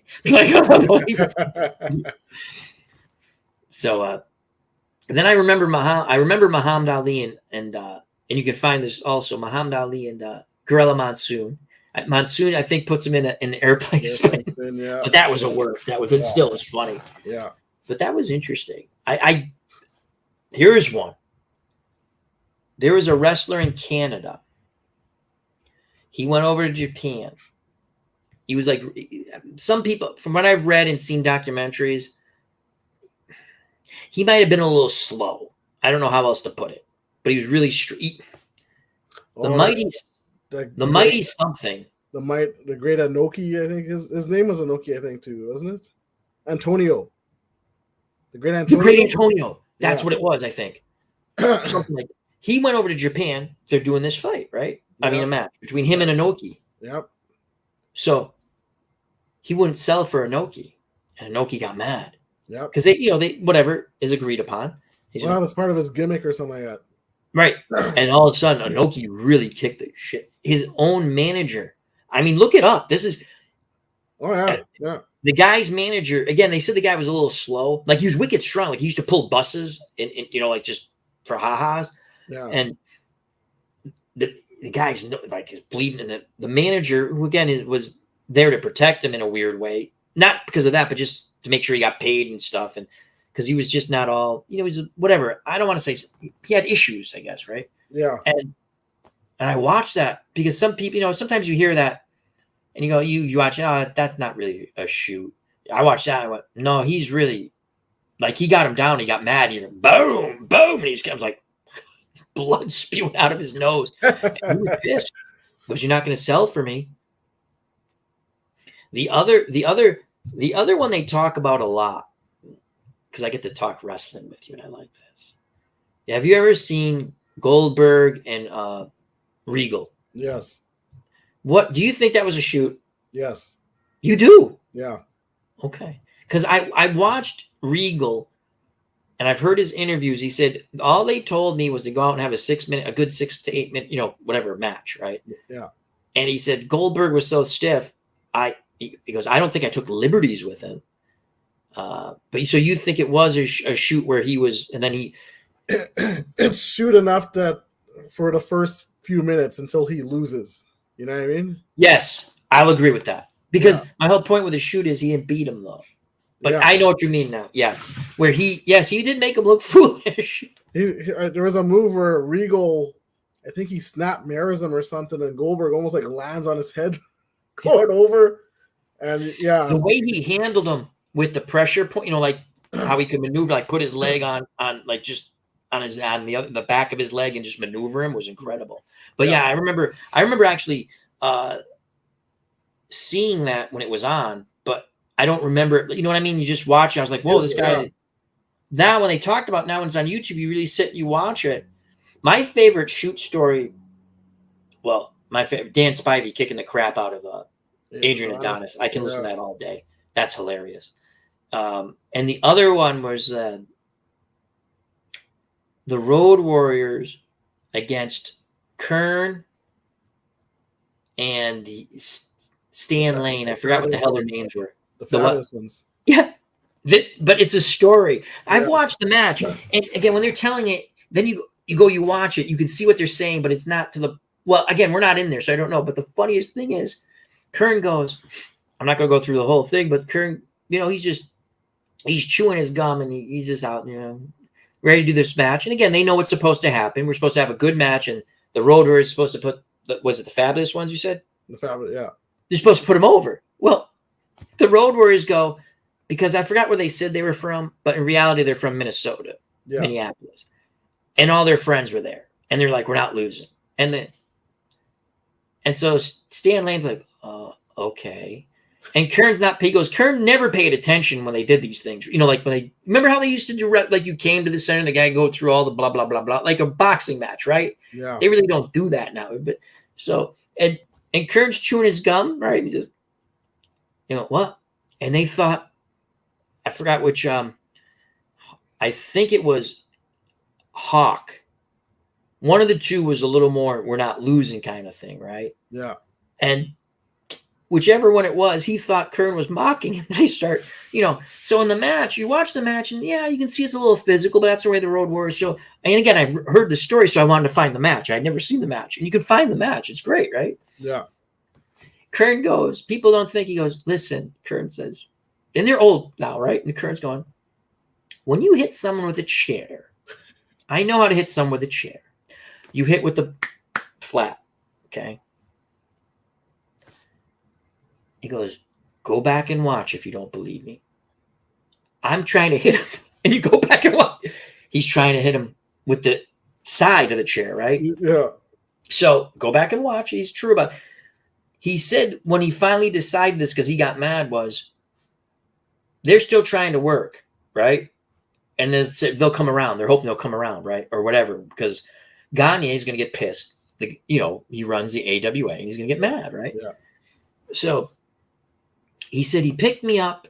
I don't know if it was Stanley. I think it was him. And he gets slammed. So he lets him get slammed and slammed. But every time he slammed me harder and harder. And finally, I was like, I've had enough of this crap, right? He goes, they do the tag. Stan's supposed to make the comeback. They're not selling. They're actually rough and stand up. Again, it was one more than the other, and I can't remember which one of the Road Warriors. And he comes into the ring with the chair, and he says, all I know was Hawk? Probably, yeah. Yeah. He says, all I know is if he got the chair away from me, he was going to beat the living hell out of me. There's no way he was going to get the chair. So he goes, I'm swinging sideways, and they clear the ring. We get disqualified. Well, to us, it worked. We got over with the fans, showing we were tough, and that's what we were supposed to do. The only thing is we didn't win. So they go in back, and Gagne, Vern Gagne, is screaming at them, and they're like, listen, you go talk to them.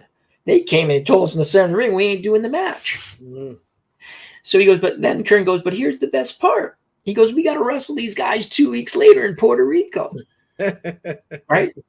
And again, great story. Just look it up. But the gist of it is, they're still pissed at us. We don't care. Yeah. He goes, we're going to get these guys back now.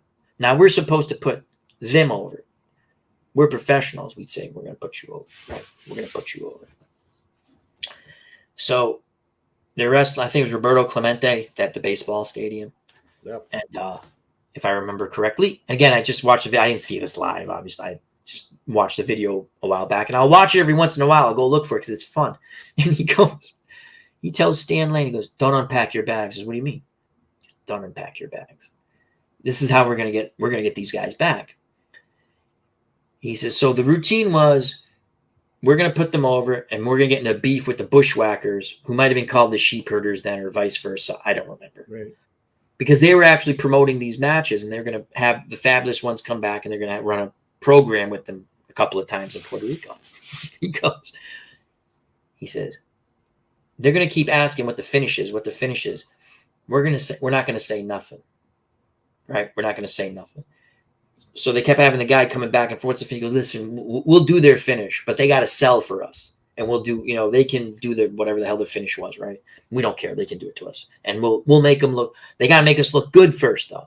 Because he goes, I'm going to teach these guys a lesson. Yeah. So he goes, I can't believe it. We get in there. The Road Warriors are actually selling, like we're doing things, we're looking good. And now the Bushwhackers come out, and he told Stan Lane, he goes, when the Bushwhackers come out, we're only supposed to get in a verbal altercation with them. He goes, we're going to get out of the ring, and we're going to fight with them. And he goes, we're going to force them back towards the back, whatever I can, the back to the area. locker room. Thank you, the locker rooms. I went brain dead. He goes, aren't they going to get pissed? I don't care. We're never coming back here. Don't worry. So he's telling the story, right? And you watch the video, and this was hilarious. He goes, the Bushwhackers are going, no, man, this ain't what we're doing. This ain't what we're doing. He goes, no, this is what we're doing. This is what we're doing. And so they're forced. And the crowd, because he was right, he goes, what's going to happen is the crowd's going to build in behind us. There's no way in hell those guys can get to us.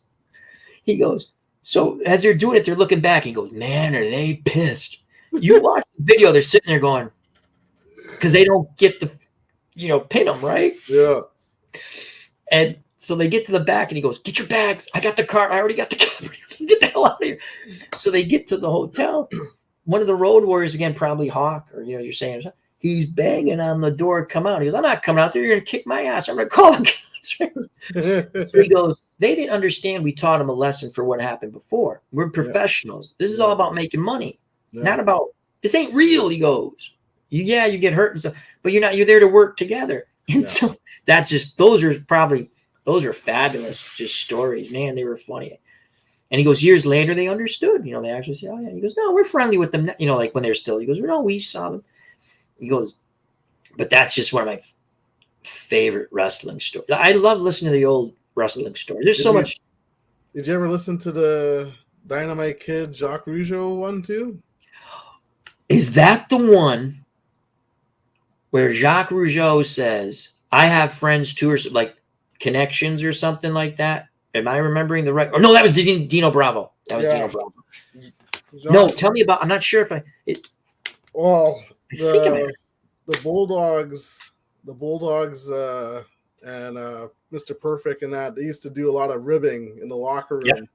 So something happened where they got in trouble, and they thought, like, I think the Rougeaus went and told Vince or whatever, or whoever was in charge, that, you know, the Bulldogs had did something, and I guess maybe they didn't on this occasion, or maybe they were just mad that the Rougeaus went and told on them, kind of thing.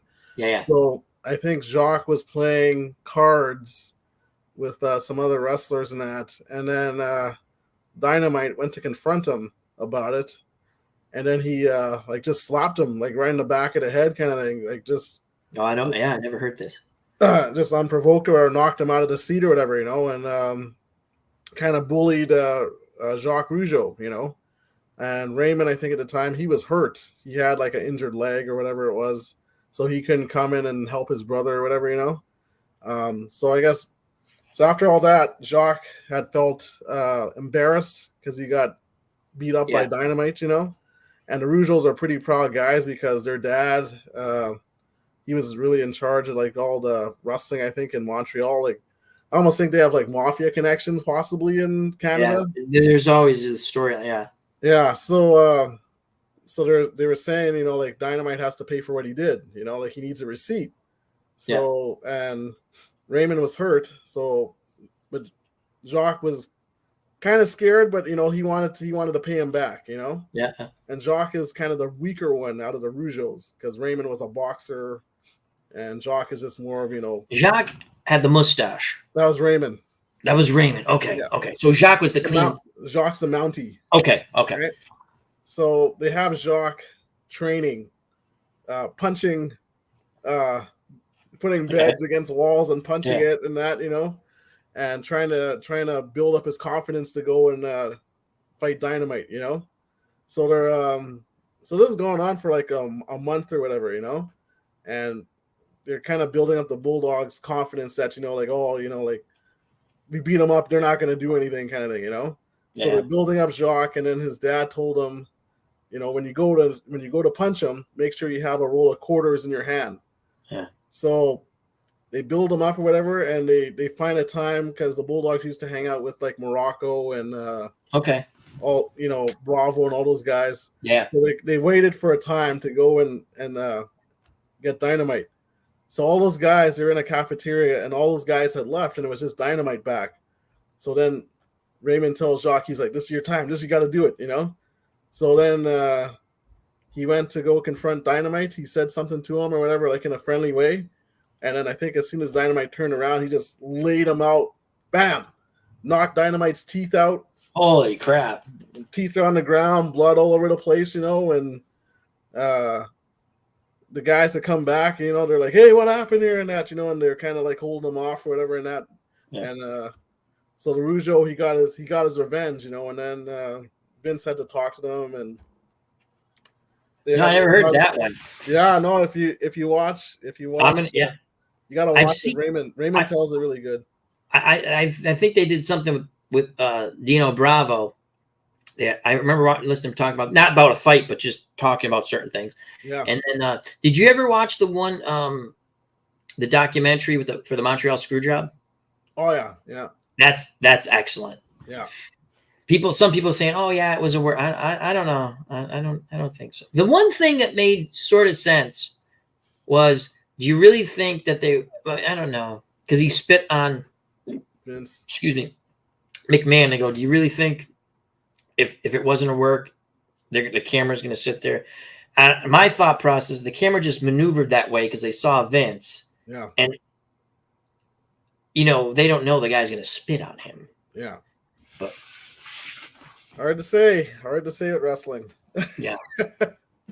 It's illusion. Yes. I do like the that's a good story. There's some interesting stuff out there. There's some it's better than the wrestling most of the time. Yes. Most of the time. So as we're talking about wrestling here, yes. Have you watched a lot of Memphis? Because this new book's come out, and I watched the territory one that just went. It's a bunch of like 20-minute territory things. Some longer than others. Some go a half hour. But I watched the oh God, was it the Dark Side of the Ring that they did in Memphis? It was excellent. But I watched the Jerry. I knew about Jerry Lawler because when he was on Letterman and then the Saturday Night Live, the whole Andy Kaufman thing. Because I never saw Jerry Lawler wrestle. We didn't have, even with cable, the only time I saw Jerry Lawler wrestle prior to him being the king in WWF at the time, he wrestled at the end in they had a merger with AWA. Yes. It was C something or International, but I can't remember. And I just saw the documentary. I can't watch, but I remember watching.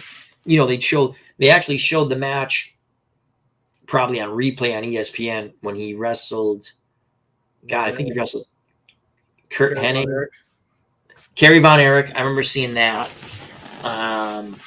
It's too bad because, yes, wrestling has been predetermined for a long time, but there's a lot of interesting characters, and I think the fun of it was, even though everyone at a certain age, you knew it was fake, with the determination of who's going to win. One, figuring it out, and two, every once in a while you go, "Hey, was that real?" But the Memphis, I have been watching the documentaries, the wrestling. I watched Jerry the King Lawler stuff because it's interesting. Here's what I don't get.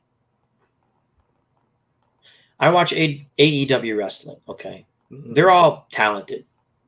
Whether they win, lose, it's a script. It's a script, right? It's a decision, right? People really do get hurt because of the craziness they do at times. What I don't get is, and I've been to 3 live shows, my wife and I, we've enjoyed them all. Okay. What I don't get is when you sit there, and the one thing I liked about Collision, I still like it's still pretty much staying the way it was originally when they kind of made it CM Punk show, which I thought was a mistake. I understood why they did it. I thought it was a mistake, but I understood why. It's a little more the wrestling I like to watch. It makes more sense. And if you're watching a movie, yes, it's fiction, right? And a movie's going to be action movie's going to be outlandish, but even in those movies, the best ones, even if it's outlandish, they make sort of sense. The ones that like Sylvester Stallone did with his friends, they're doing another one. I can't remember. It's kind of like, hey, let's go have fun with our friends kind of deal.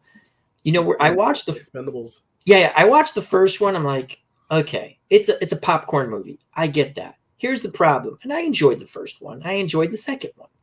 You said there's a popcorn goofy movie. Yeah. It's an old sort of B type of movie with these named people, and it's kind of fun to see them all playing together, basically, right?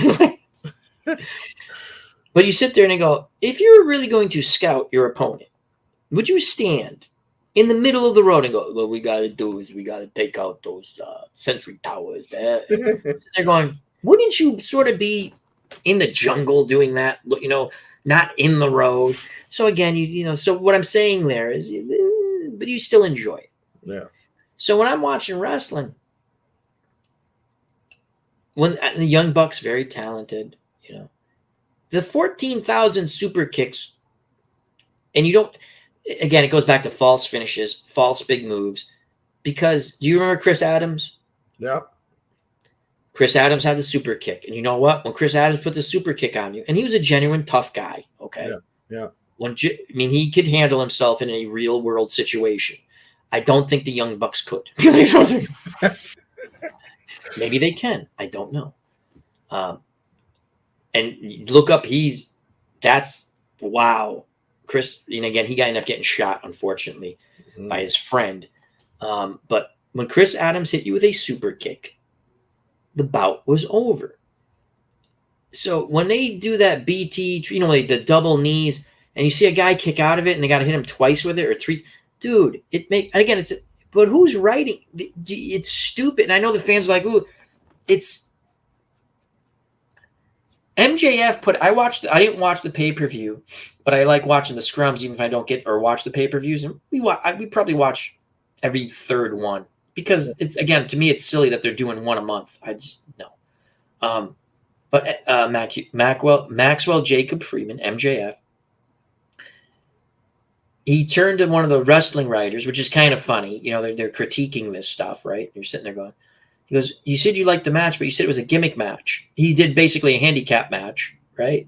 Against, because his partner's hurt. And he's legitimately hurt because he tripped off the effing stage when he jumped. He landed funny. And he got to get an operation. His ankle's messed up.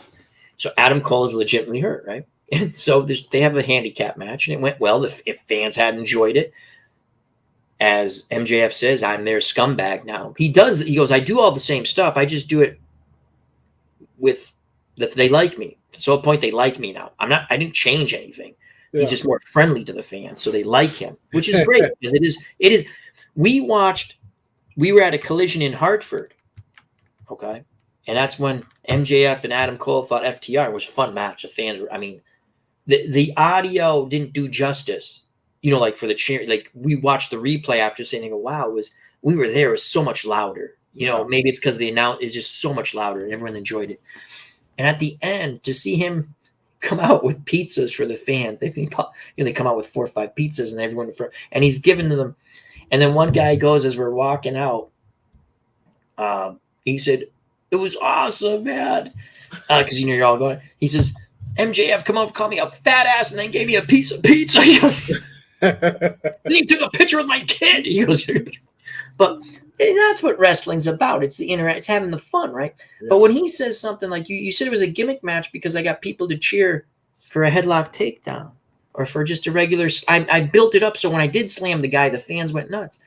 He goes, to me, that's just as much, it's probably harder to do than, and he goes, I'm not taking anything away, but when someone does, you know, when, oh God, the blonde-headed kid who's nuts, who I can't think of, I can't think of, when he goes, he does a triple Lindy off and he smashes it, he goes, that's crazy. He goes, yeah, it pops, but he's gonna, you know, that's nuts. I'm not saying it's I mean, you know, he deserves the pop. I'm saying, but what I do is probably a little harder because he said the fans are emotionally invested into me, you know. It's kind of like work smarter, not harder. Not harder, yeah. And you know what was funny? He's had some of the best. Here's the other thing: if I was AEW, what I'd do when you have some of these great pay-per-view matches, 2 weeks after it's done, you should put that match on TV. I've, you know, because they're you try to, and I've watched them. You know, they're really good at taking stuff down, and I don't blame them. You know, like they take stuff down if it's up on YouTube without their permission, obviously. And I don't blame them. They let people use highlights all the time, but if you try to put and again, I don't blame them for that. But the MJF match that he had with Bryan Danielson was old school fun wrestling, and it was entertaining. And I said, my God, if you had said on this Friday, because it was an hour match, right? We have a special in next week, instead of our live show, we have this special attraction. I would just try it once, and I think you get good ratings because you put on those one big match that you had on a pay-per-view 2 weeks later. You know, no one's going to go back and pay for the pay-per-view 2 weeks later. Put that one match on, and I think it would do good. But I just thought he was dead on because you watch, and yeah, he does a lot of goofy shtick now because he's changed his character. But again, Hassan, he does everything the same. He pokes people in the eyes, kicks them in the nut. It's hilarious. It was funny when he did it as a bad guy, right? Yeah. And now the fans cheer because I'm their scumbag. You know? But what I'm saying is that is entertaining to me. The way when he says, I build something up, so when I do slam the guy, right, the fans go nuts. He goes, you said it's a gimmick match. It's not a gimmick match. I'm doing it a different way. And he went through, he goes, there's a lot of different flavors. And I'm happy about that. Everyone does. Darby Allin, that's what I couldn't think of. You know, when Darby Allin's going to, I still don't know how, because I like to watch everything and see, especially when we're there live. Like, oh, I see, that's pretty cool how close they get. And then they just pull up at that last second. The one thing also, it'd be interesting to ask your brother the art of when they to make the noise like they're hitting themselves. But the one thing on TV, and even when you're there and you really see it, is you say, oh, I kind of like, I'd be like, I could care less about the noise because it kind of, the illusion's gone. When you see them, you know, like they're doing the kick and now they do it really cool. Don't get me wrong. You don't, you know, and when you're there live, you see it. And some guys, not everyone does it. Some guys do. The Young Bucks do it all the time. Yeah. But yeah, the illusion. Yeah. So it's kind of fun. Like he said, the different flavors. And he says, it's great we have all these different flavors. He goes, my flavor is this. And this is the way I like wrestling. And he goes, I think the fans like it that way too. Yeah. You know, it's interesting because I've never seen someone so hated. I mean, you have, but yeah, I haven't. I guess, I mean, Hulk Hogan was hated at one time when he used to come to the WWF. He was a bad guy and he was hated. And then they reinvented it. We got reinvented really in AWA, and they did a better job than the AWA. So it does happen, but it's good stuff. I enjoy that type of wrestling a little more. I don't mind the high flying stuff, but when it's too much, I tell you, they also, in my opinion, with AWA, I don't think they have a good read on the fans who the fans really like, and I'll say with confidence, they definitely did not realize what they had with the Acclaim, because when they're trying to push Keith Lee and Swerve, the fans like Keith Lee, they didn't like Swerve. Again, it's a shtick he's doing. I don't know him personally. I mean, probably a nice guy, but the fans, they like watching him wrestle. They just didn't want to cheer for him. They wanted to cheer. They wanted to cheer for the bad guys because the bad guys were funny and they could wrestle. And they, you know, now they do a lot more comic stuff with the 3-man title because they have Billy Gunn. Billy Gunn's in incredible shape. He's like freaking 58 years old. You know, I just went back and watched a match with him and Road Dogg. And he's not even in that. He's in good shape. Not like, man, he is a beast. And again, he comes in and the 3-man tag team matches are great for him. He comes in, does a little bit, and you know, they do their shtick. But the fans, we watched that night, and the 2 examples I'll give about not understanding what the fans, and the thing about anything, right? TV show, we're not talking, again, this is, if you're making a movie, you want to make the people who come to your movie happy, or not happy, but you want them to say, wow, that was entertaining, right? Mm-hmm. It was at Arthur Ashe a year ago. It was 2 years, I think, just after COVID, when they let you do stuff live again with people. Mm-hmm. That Arthur Ashe, and I'm sitting there going, they got this all wrong. You could see how the fans were backing the Acclaim. And I said, tonight they should let the Acclaim win at Arthur Ashe, and they didn't. Or did they? Is that when no, they didn't. They made the mistake. The fans, and they booed. The fans booed the result. Well, the good guys won. You got to know that. Yeah. That's like they pushed Ruby Soho, and until she had that gimmick with the 3 women against everybody, you know, like they kind of did an NWO thing. That's all they did, but it was brilliant because it worked. Yeah. People cared, right? It was fun. You see the women's matches come out. If I got to see a 90-pound Japanese girl come out and you want to convince me that she can beat anybody up, I'm sorry. I'm going to go make my sandwich. That's just me. Yeah. You know, it makes no sense, you know? And then they had the same thing. Ruby Soho, they were pushing her because they got her from, I guess she came from the WWE or something. I don't know. So they're trying to push her, right? Yeah. The fans didn't want to cheer for her. They had, before Trish, no, I would say Trish, Stratland, whatever her name is, the one who holds the TV title.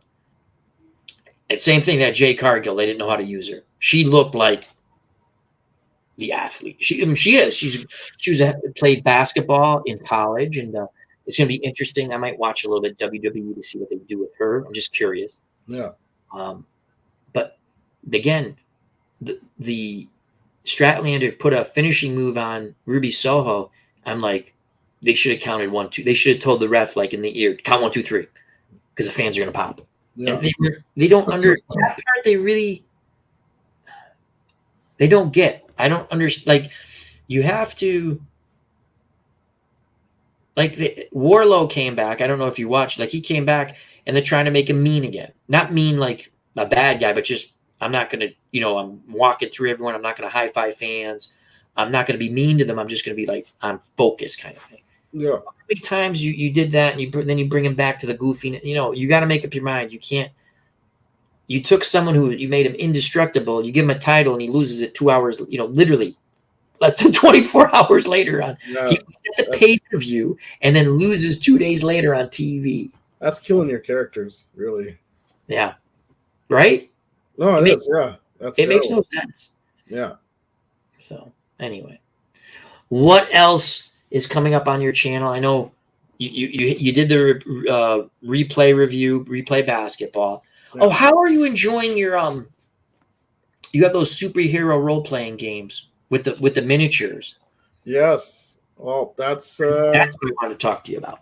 It's funny you say that because actually the rest of the game is coming in like in the next. Because that was a Kickstarter, right? Yes.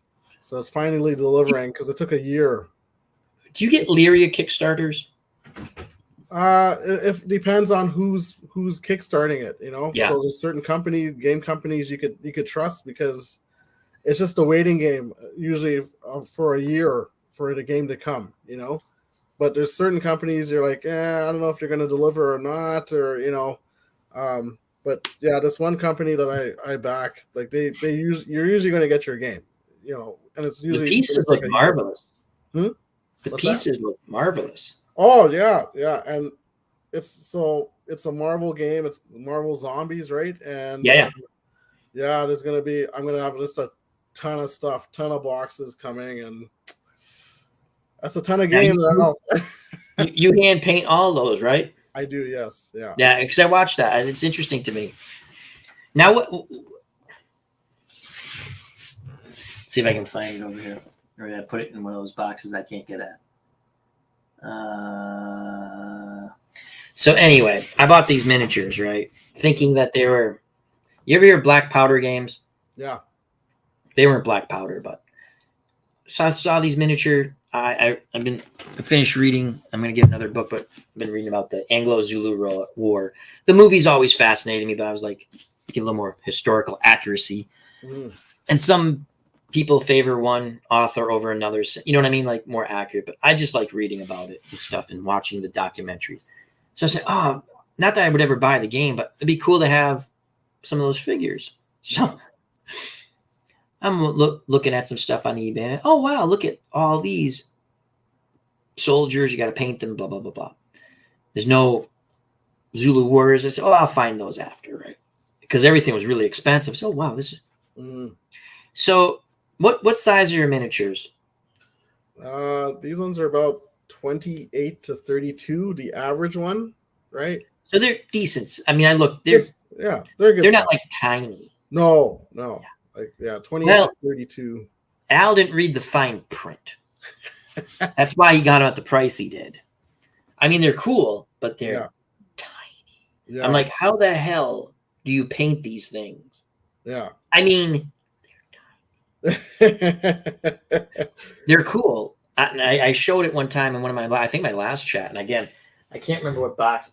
This is my messy office. I do some work and then my studio.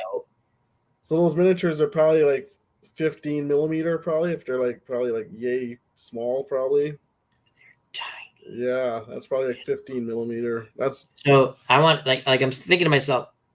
My stepdaughter's like, I'll paint them. I'm like, I don't even know how we paint these things. I mean, do you just do like one color and then you just sit there and you fill it? I think I don't know. They're nice though. They're detailed and but they're tiny. Yeah.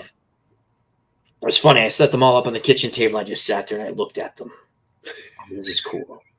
They're tiny. And then my wife was laughing. She goes, you should tell them about when you bought. So I bought 12-sided dice, right? Yeah. Again, not paying attention really, because that's what I do. I'm a Red Sox fan at times. And so they come, I'm like, what the are these? They're like huge. I didn't pay attention. I was like, well, that's a great price. They're like for little kids to learn. I'm like, yeah. And she goes, I cannot let you buy stuff. And then she came home and she goes, there's an order coming here for you. I'm like, what? And she goes, she bought me all these 12-sided because I had bought a game and I said, I don't have any 12-sided dice. So she bought me all these 12-sided dice. And she goes, "Is this the size you want?" I'm like, "Yes." I think you're going to need a 12-sided dice for the squared circle game, though, for sure. Yes. Oh, I have that. I have 12-sided dice, and not the big one. Yeah. I got JT 2.0. I tell you how I paint them poorly. Me too. I gotta find them. Hold on a second. Hold on. I know this doesn't make for good TV. JT has to get painting his Marvel United guys. Where did I put them? Oh, here they are. They're tiny.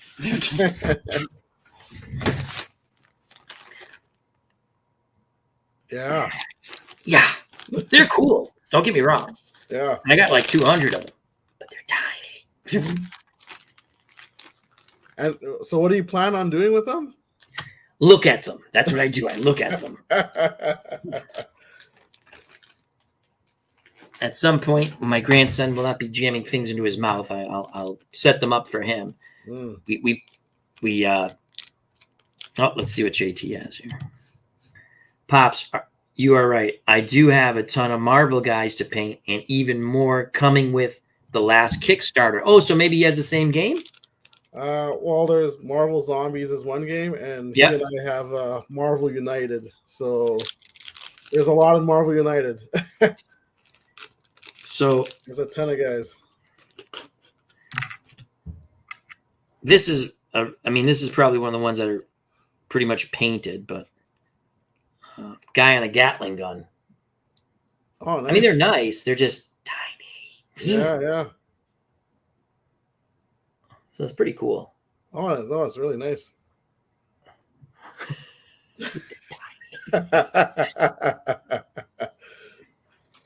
But I don't even know how to paint. I don't know. They're fun to look at. And for the price. I didn't know how to paint either, Al. I just actually watched YouTube videos and just well, here's what happened. I'm going to tell you. My wife says, "Well, do you have to paint though?" Again, I didn't realize the size. So I showed me, "Oh yeah." I said, "No, Pops Review. I'm going to watch how he paints them." And Todd paints a lot of stuff. He plays a lot of military games. And there's other people I'll just watch. And then I was like, they're tiny. But they're fun to look at. So like I said, the first game I got that was unpainted was it's called Zombie Side. Yeah.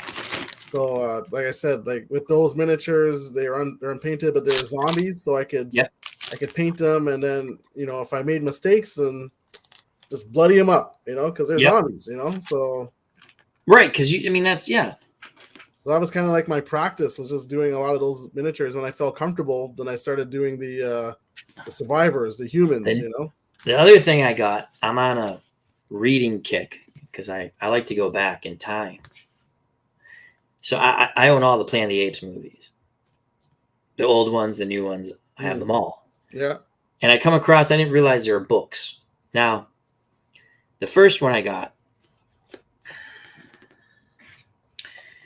and what interests me, I ended up getting the set, but I bought Conquest for the Planet of the Apes.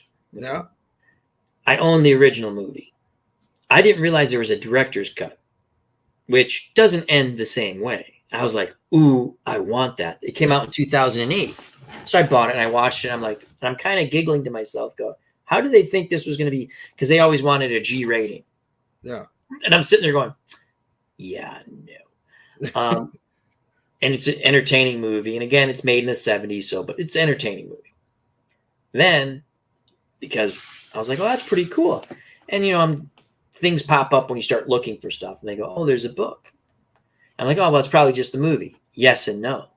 This is the original screenplay. So again, it ends.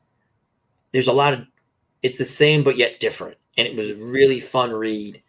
It was only like 200 pages. Actually, less than 200. I lied. It was 187. So I'd read a chapter every other day or something, just sit and read. But it was highly entertaining. So I bought this by itself at first, which that book's in my bedroom because that's when I would just read a little bit before bed, or when I was in my other office, the bathroom. I'm a bathroom reader. I don't know. I do. So then they had a set. I was like, well, it'd be interesting. And for the money I got it for, it was fine because if I try to get them individually, it costs more. So I said, all right, so this is in there already. Who cares?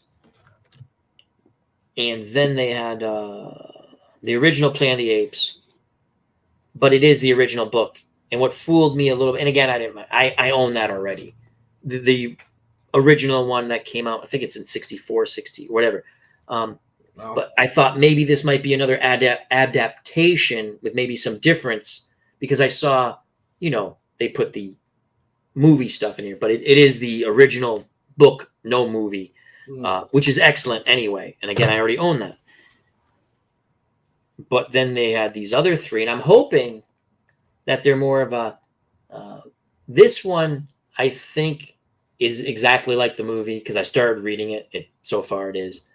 But I think beneath is a script. I'm hoping it's slightly different. The ending's not really going to change. It's just the little in-between stuff might explain a little more. And that's what it was really cool with that. Anyway, so I've been reading, and they're fun little reads. Nothing. I get into these kicks. I'm like, oh, that's cool. That's cool. But this really was, and I'm going to tell you something. If you're going to be, not you're in the bunker at the end with me anyway. If you come to if I have a bunker and you say your whole family's coming in, yeah, you don't have to answer any questions. You're coming in. I love you. Yes. Other people are gonna have to answer questions. So I'm gonna throw the question out there. Doesn't pertain to you because no matter what, like you and my friend Mike, you're automatically in. Doesn't matter. Doesn't matter. So I'm reading, even as a kid, right? When I'm watching the movie, I went, the people who are supposed to be the bad guys, whether the simians, which would be the chimpanzees, the orangutans, the gorillas, or the humans, when it's the humans are supposed to be the bad guys, right? Mm-hmm.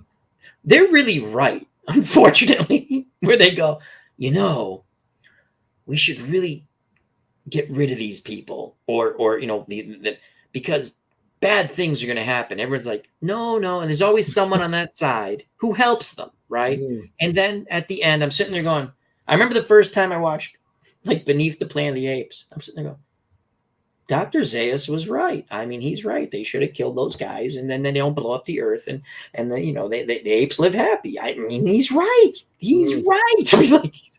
I don't want him to be right, but he's right. So now you watch Escape, right? And now it's the opposite. They go back through the time warp. At the time, was my least favorite Planet of the Apes movie. I think for a few reasons. I don't like seeing the family get killed at it's not nice. But as I'm watching that going, but the guy's right. The guy's right. The guy's right. So anyway, at the end of this, and even in the movie, there's someone who betrays the human race. We'll just call him Judas. We'll just call him. And my point is, I'm sitting there going, in the book, they really do a good job of it because at the end, he realizes sort of, and he's crying. I'm like, you had Caesar and you could have killed him, but you went and shut the machine off. And now everybody's dead. Not just the governor, but everybody. People who were sleeping in their houses are dead. But anyway, it's kind of fun. So that's my little, if you want to get in the bunker. What do you do in that situation, people? As much as we like Caesar, answer the question. Anyway, but it's really a fun read. It's a fun little thing. I mean, they always say if you know so-and-so was, I don't know, I'm not going to name names, but the most horrible, there are a lot of horrible people in history. Mm-hmm. Think of one. And if you knew what was going to turn out, what would you make things different, we'll say? It's an interesting question. That's basically the fun of this. But it's funny because a couple of people who are much better than I at YouTube did some videos about how the bad guys are right. And I listened, I said, that's what I said when I was a kid. I go, the bad guys are right. Yeah. I don't want them to be right, but they're right. Yeah. Because you're not supposed to, you don't like Dr. Zaius, the keeper of the faith, and the chief, but he's right. For his ass, he's right. You don't like the guy who says, hey, to the president, the president says, no, we're not going to kill them, but we're going to make sure they can't have the baby and blah, blah, blah, blah, blah. And the other guy's like, we should make sure, and we, just give them that little go to sleep shot, and but again, it's mean. But you sit there and you go, wow, the guy's right. Does the original hold up with Charlton Heston? Right, was in the original. Great movie. Yeah. The original. Does that hold up to today? I've seen the new ones. Yeah. To me, yeah, I'm biased because I like all the movies. Yeah. My least favorite of any of the Planet of the Apes movies is the Tim Burton one, which is still good. It's his take on it. Interesting. It's still good. My least, Escape from the Planet of the Apes has moved right up because as I got older, I understood it because there's not a lot of action. When you're younger, I like the action. Right, yeah. But the original was probably that made sci-fi movies. That really did because people didn't want to make sci-fi movies. That was they have that formula with that. They did 5 movies. They made money on each of the 5. The last one being they really cheaped down the budget, meaning they used a lot of masks as opposed to putting the stuff on. Only the main characters they put the stuff on.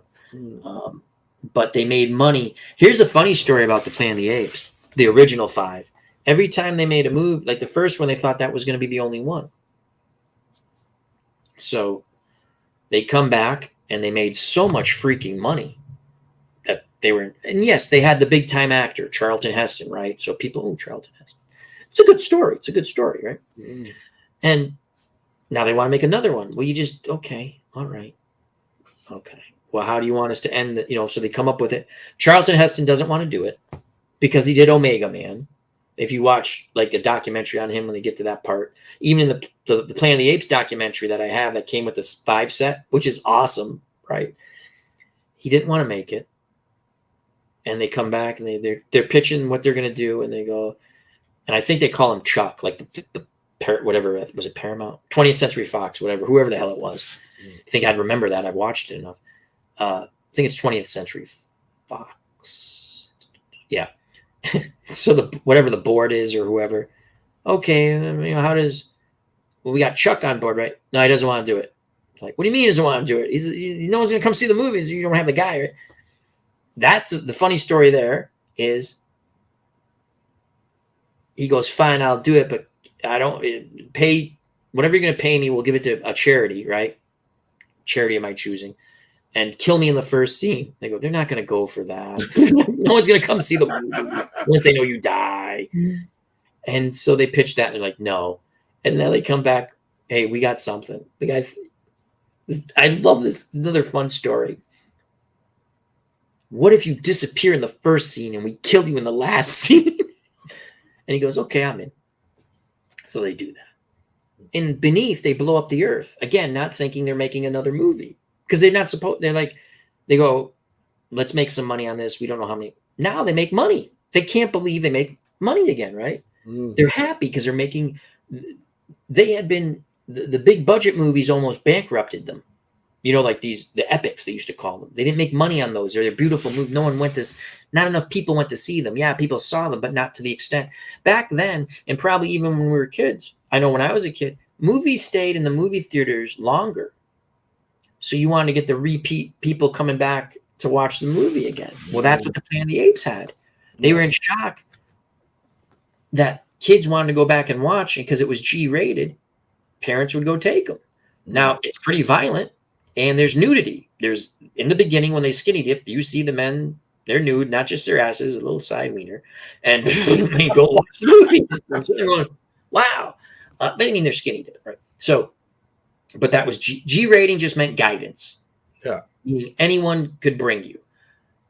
As long as they explain like this is fake. That's all it meant. If you look, PG meant a parent had to bring you for parental guidance, and R was restricted. Yeah.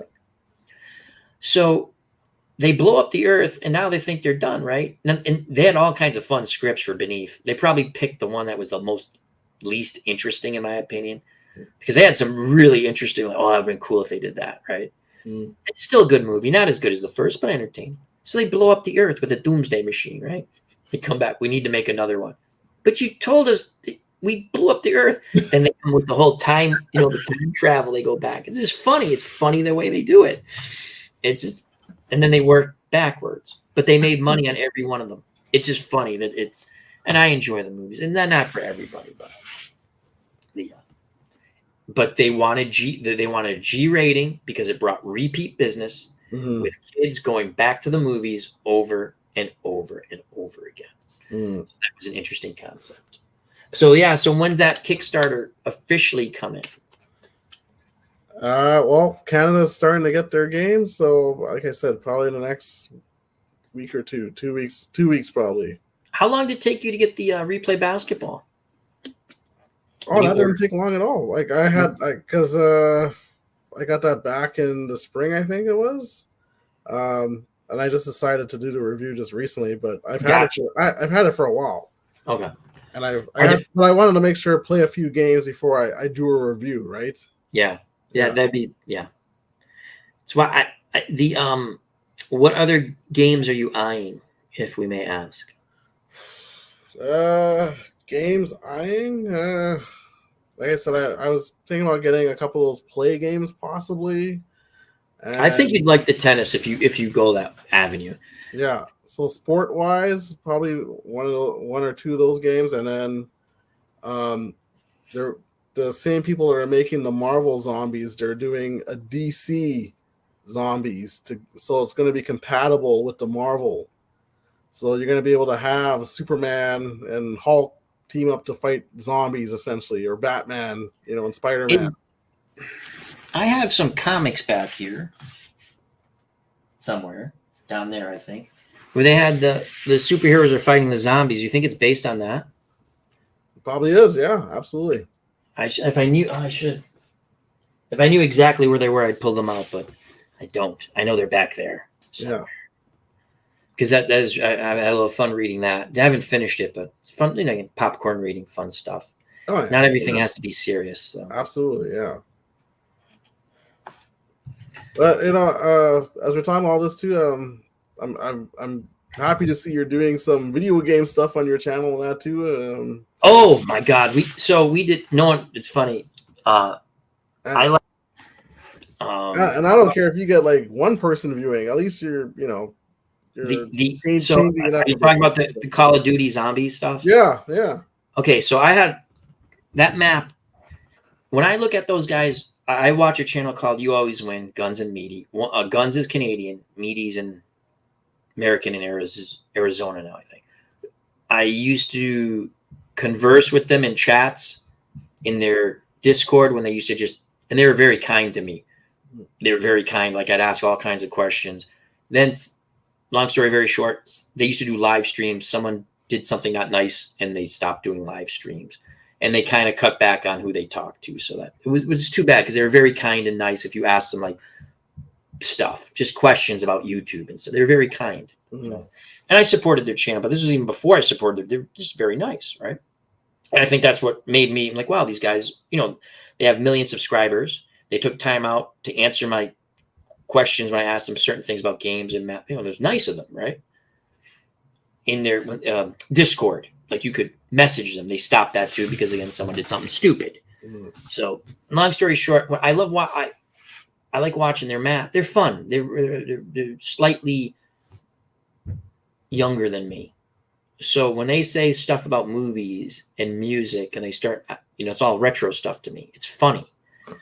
I've been watching them for a long time. Then my mom was sick when I would sit up with her, because I'd help her with stuff. I'd have them on my little Kindle, when she fell asleep because I couldn't. I'd stay within the same room and I'd have it low and I'd sit there and watch this. And they made me laugh. So anyway, but I'm always, when they play a map, I'm like, I watch it. I go, can I play this by myself? I'm like, oh, I can't. There's too much stuff to do and I don't have someone to do certain things. So that map, the Gettysburg, I'm watching, I go, one, there's shotguns and they're all, I like the old weapons, right? I don't want a machine gun. It's fun, but I'm like, this is fun. Yeah. And when they ever showed that shotgun that was awesome, I'm like, oh yeah, that's gonna be cool. So I played it. I was playing it offline. I said, every once in a while, I'm like, I'll throw this on. No one watches, right? Again, a good video for me is like 100, 200 people watch. If I get lucky, gets to the 300s. My biggest videos when I used to do live boxing, when I was one of the few people who did it. Now everyone does it.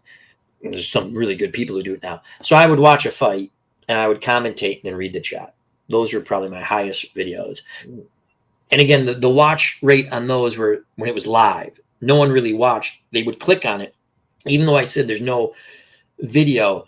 And I think when the views actually went down, I would now when I do it once in a while, I put a radio up and I say radio call, my little radio call and chat. Because I used to put like a promo of the fight, even though I said no video, people tune in thinking there's a video. You know how that works, right? Yeah. So I'm not going to do that anymore because whatever.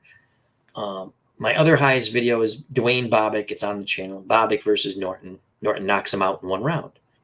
I just put it up there just so people stop, look at the channel. But it's like people watch. It's only a minute something, so because it's a knockout in 1 round. It's like 2 minutes or whatever.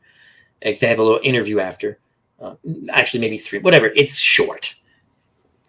When I ever do video games, originally that's what I did to be funny. Like I said, I can be funny, right? It's tough to compete with people who've been out there and they're funny. And, so I like sports. I'll do sports, I like boxing. But so I'm watching this map and go, I like this map.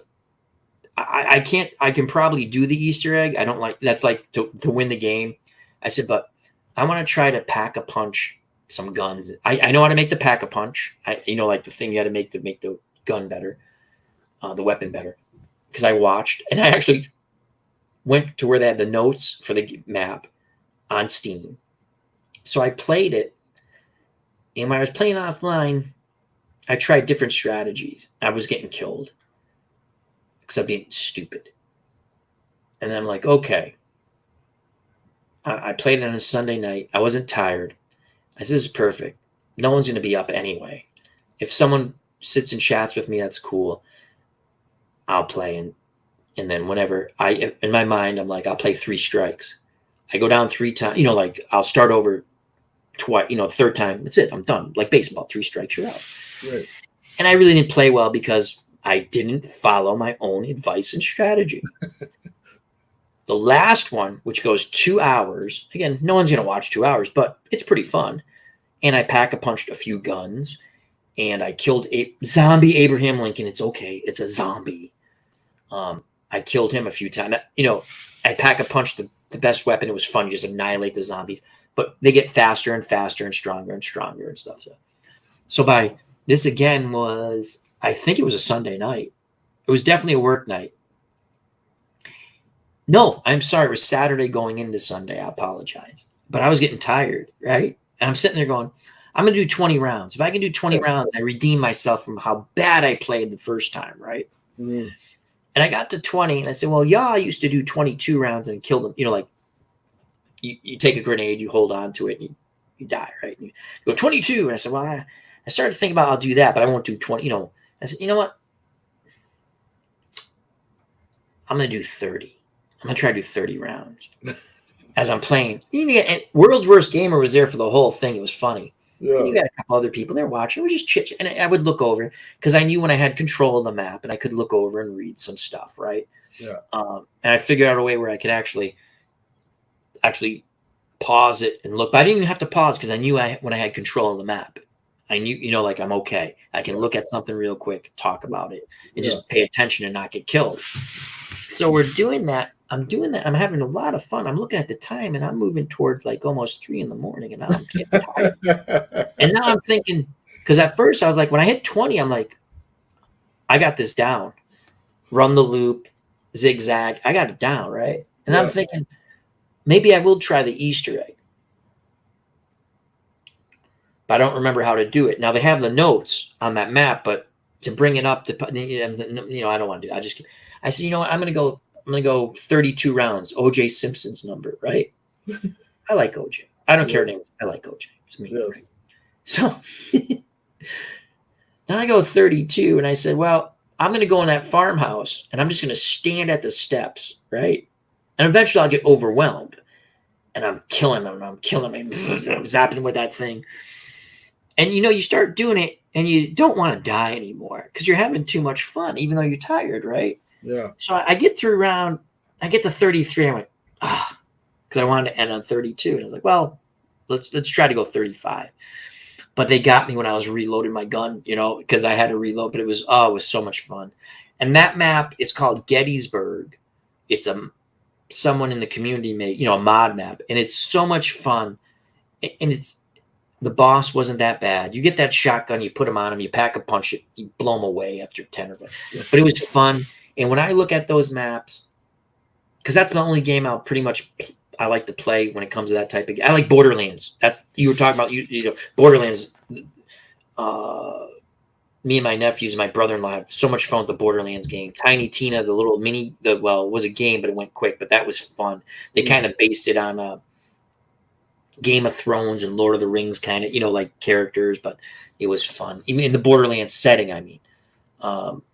But I love the zombie maps. I was just watching 2 more today, and they look fun, but I can't, like, if it was me, you, and somebody else, or me and you, and or just me and another person, because there's certain things you have to do, and you got to kind of like, someone's got to occupy them. I mean, you can do it like the way I did stuff, where you make crawlers. But yeah, I like to do some video gameplay. You probably see a little more of that on the channel.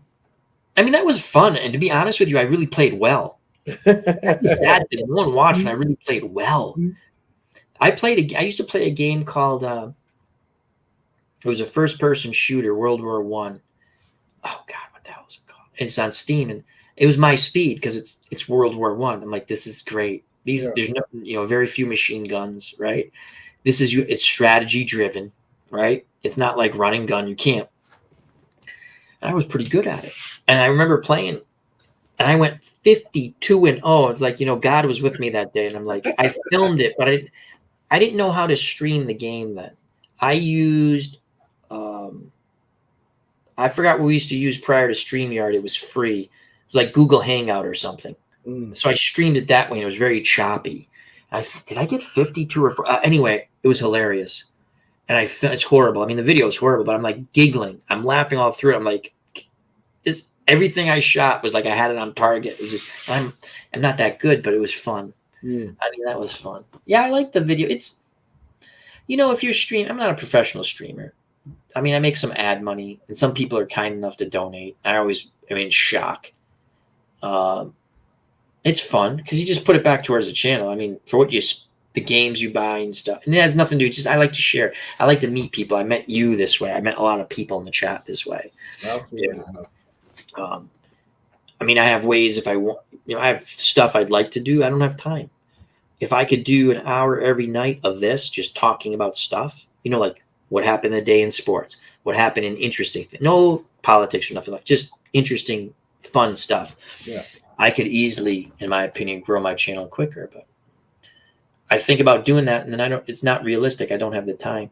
So I can see your wife is going, we've been on 3 hours. Yes. So with that, my friend, thank you very much. Thank you for having me, Al. Yeah. And remember, check out Pops Review. Wonderful channel. Link on the page and link posted at the top of the chat to his channel. So check it out. Have a lot of fun with his channel. He does great stuff. Our good friend Hassim. Pops Review. Thank you very much. Thank you, Al. Final word goes to you. Yeah, I just want to thank you for having me on. It's always great chatting with you and catching up in that. And I hope in the next coming days and weeks I'll have some new content going up on my channel. I hope to do. Will you be showing that when you get the Kickstarter in? It's a little taste of that. Yes, I'll be showing. That looks fun. Yeah, I'm going to show it. I'm going to show all that off, and I don't know. Did before we go, did you want to talk about the squared circle at all? Geez, yeah. I saw someone over to the side. Yeah, let's talk about it quickly before. The squared circle again. We should have. Maybe we can get all of us on again with ST Patrick, and I guess he's working on a college football game too. No, I think he's finished it. He finished it. Oh, cool. Yeah, I think he is. So ST Patrick, the squared circle. I'm should have done this. I kind of mentioned it earlier, but I forget. Then we just go off because that's what I do. The Memphis territory's out. The PDF very reasonably priced. And if you're worried about, again, if you want to understand the game, I highly recommend check out Pops Review He has, I believe, it was 3 or 4 videos, but they're brilliant walkthroughs explaining the game, explaining how you can change. I don't mean change it, but adapt it to the way you want with the PowerPoints and things like that. Check out his. I just did it all over again because I want to get some like content on the channel again. I'll play it a few times offline, get it down. It's a very fun, logical. Again, it's wrestling. It's about having fun. If you don't like wrestling, don't buy the game. If you're one of the people, and it's fine, that wrestling is stupid, that's fine. Don't buy the game. If you enjoy wrestling, check out Pop's review and check out the game. I'm being honest with you. I've been honest. I originally got the games. You have to buy the Jim Crockett. The Jim Crockett one because that has the rule set. You have to buy that one first, and then you can buy any set after that you want. The PDFs are highly. ID Gesture, another really fun content creator. We got to have ID Gesture on. He's awesome. Yes. It's going okay, ID. How you feeling, my friend? So Memphis came out, and what you get with, and then I'm gonna let Pops talk about it. You get a lot of wrestlers at a one low PDF price. And if you're worried about printing, the only thing I'll say about check out my videos is I use a snippet tool, and I basically put it on Excel, and I use ball roller, and I do it that way. You could actually put it on Excel and just roll the dice if you want. You don't have to use a ball roller, but for streaming purposes, I thought I could show the game off better, and I think people enjoyed that. So, but you can explain it about the logic of the game. So. Wow. I think with the Memphis set, if I remember, there's like 179 guys. I think he charted in the game. Incredible. That's crazy for what you pay with a PDF is you're getting quite a bit of guys in there. Wrestling games are cool. Wrestling games are fun. Yes. Yeah, whichever games you like. Yeah. But I think with his with his game, I was talking to you about it earlier. The main thing, first off, I bought the hardcover as well. Yes, because you like the hardcover books. I like the hardcovers. So I'm gonna do a review as soon as that comes into me. Hopefully in the next week or two, I'm gonna do a review on that as well, or just an overview. Excellent. But it's a game of you have your guy, you pick your guys, and then it's one dice versus the other. So I was telling you, we watched a few guys play, there are other guys playing on YouTube or whatever that play the game. But what I noticed is that they use the same dice for anybody, which I think is not really how you should play it, especially if they're two even guys, sure, right? Yes. But if you're playing, there's PowerPoints. Yes. And you can kind of see that the better wrestlers have more PowerPoints. Yes. And so what Pops is saying, and he'll say it again, it makes sense what he's saying. So pay attention, people. And another thing, when you're playing the game, the guys have their move sets. But certain guys, if you're gonna play, say, I don't know, I'm just saying Steve Lombardi against Ricky the Dragon, for instance, right? Now, depending on the jobber or the enhancement talent, sometimes they don't even have a pin. So they don't. Because they don't win. Yeah, you have to look at that even because your guy will have no way, the enhancement talent guy will have no way to finish off the better guy. So you're just going to, so what I do is you have to buy different dice, right? So I have I have two 20-sided dice, two 10-sided. Yeah. I have a 12-sided dice, and then an 8-sided, and then a 6-sided. So then the lower guys will probably use the 6-sided dice, like the enhancement talent guys. And then if it's an even match, you're going to put probably the 20-sided dice against each other. And if it's more of a feud between even guys, then you might want to use the 10s because then you'll have more ties that you look on the wrestling chart and all the shenanigans. And I was saying that, if you were building up, again, it's the way you want to play it. It's the way you want to play it, yeah. Absolutely. If you were building up a feud, or if you're playing offline and building up a feud, or just having fun, play it how you want. But I was telling Hassan, I said another thing is if you really want to have this exciting match, and they're all fun, they're really logical. It's fun. Yeah. You could take 2 6-sided die, even because you're gonna get a lot more even rolls. It's just a percentage. You're gonna get a lot more even. So you're gonna go to that raffle chart, and I tell you what, when you get the thing where it's promoter's choice, what's it called? I think it's promoter's choice or something like that. That's one of the funnest things, because what I like to do is I re-roll. I give both whoever gets the thing. I give them. I think the way I did it first time was you get your finishing opportunity. You do something big because you're trying to do something big, right? Mm-hmm. But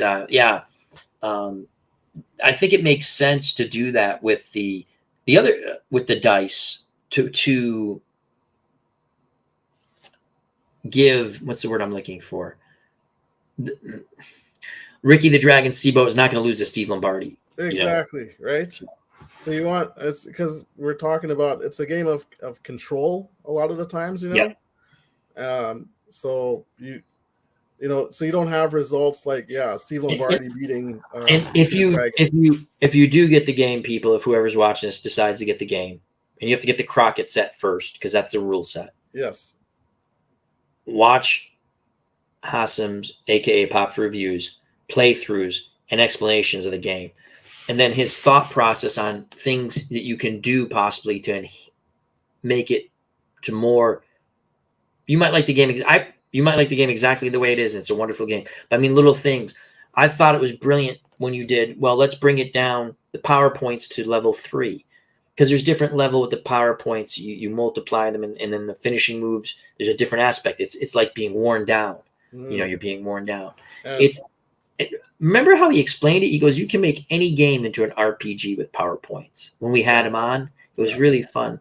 And in this book, actually, he actually has official manager rules now. So you could actually use the managers and not necessarily wait for your wrestler to roll a cheat. Right. I mean, that could probably never happen, right? That your wrestler never rolls a cheat. So then the manager. He has a couple of different charts for different game match play too. Yeah. In this one. Yeah. So not only do you get the wrestler sets, excuse me, I got the coffee burps. Not only that you get the wrestler sets for Memphis, but you're going to get some different charts too. And again, you have to buy the Crockett one first because that is the base game. Yeah. So you do have to buy that. But the PDFs, again, if you like a wrestling game, they're very affordable. And you can use a snippet tool to put them on Excel, or you can print them. You don't have to print everything at once. You can print them as you need. Yeah. And the game, the other thing, again, and I don't do this, but the game is meant to actually have a territory or a federation, a group of wrestlers. So you probably don't want to throw all again, you do what you want. But, like 20 wrestlers, X amount of enhancement talent, mid-card, upper card guys. And you run your promotion. You're running a promotion. In the PowerPoints, when you get, if a mid-level guy gets a couple of big wins, his PowerPoints go up. Yeah. So the storyline can change. Yes. So say, again, it's wrestling. It's wrestling. You want to do David versus Goliath. You want to do a little something different. You want maybe Steve Lombardi or SD Special Delivery Jones, right? Again, he does have a pin. He does. I know what you mean with the other guy. Yeah. Let's say SD Special Delivery Jones, because at one point in time, you're supposed to win the tag title with Tony Atlas, and that's another funny story I'm not going to get into because I just love all those stories. That Tony Atlas, unfortunately, didn't show up for the match, and poor SD Jones did not get his tag team championship belt. Yes. And actually, if you look up, I think he did win some minor titles elsewhere. Like, it's interesting when you look up this stuff on guys. But I always like SD Special Delivery Jones. So say if I wanted to do something, and I want to do something a little different, right? I can sit there and say, you know what? I'm going to use 2 6-sided die, right? Because I'm going to get more raffle charts, and maybe if something rolls out right, SD gets a couple of upsets, and then you just build your character that way. You can go a different way, you know? So that's the fun. To me, that's the fun of this game. Where other games, go ahead. Sorry. No, I was gonna say I think that's the key with it. Is that it's you're able to do what you want with the game. Yeah. I know he probably recommends like don't use the wrestling raffle chart as much, make it like a special thing, but Which you're is fine. able to use it however you want. However you want. Yeah. Because I was thinking about SD Special Delivery Jones, SD Jones, taking on George South, and I was going to 2-6-sided, and I'm sitting there. Yeah. South again. I didn't see him wrestle a lot, but I've seen him on YouTube now, and he can wrestle. Like if you can find the match with Ric Flair, I've seen some highlights of it. Yeah, he can wrestle. Yeah, and his little documentary and his interviews were very interesting man. And I sit there and go, that's fun to me. No one else will. I don't know if I'll stream that, but it's fun to me. Yeah. So you could take Steve Lombardi would be hard because he does not have a pin. I don't think. They did do something when he first became the Brooklyn Brawler, though. Like they pushed him a little bit to have some wins, yes. and then they squashed him against upper talent. Like he almost made mid card. Like you're right. No, you just come on back down. Yeah, but it is a fun game, and like Hassan says, you can use it any way you want. Because I had one of the funnest matches long. Kerry Von Erich and Kerry Von Erich and Dusty Rhodes in a battle for Texas. There can only be one who has the hearts of the deep in the heart of Texas. And that was fun. The game plays well. I do think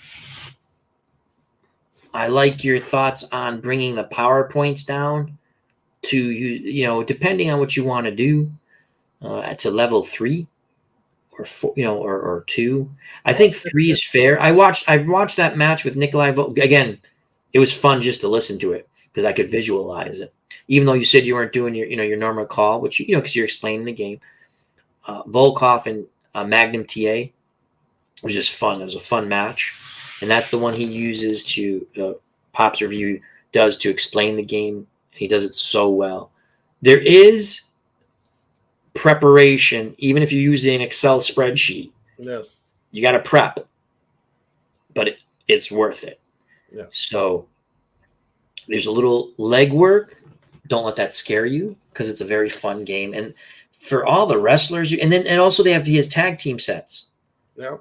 For actual tag teams, and then the other thing I like is you can tag team anybody, but there's rules for that. And again, you can change it if you want.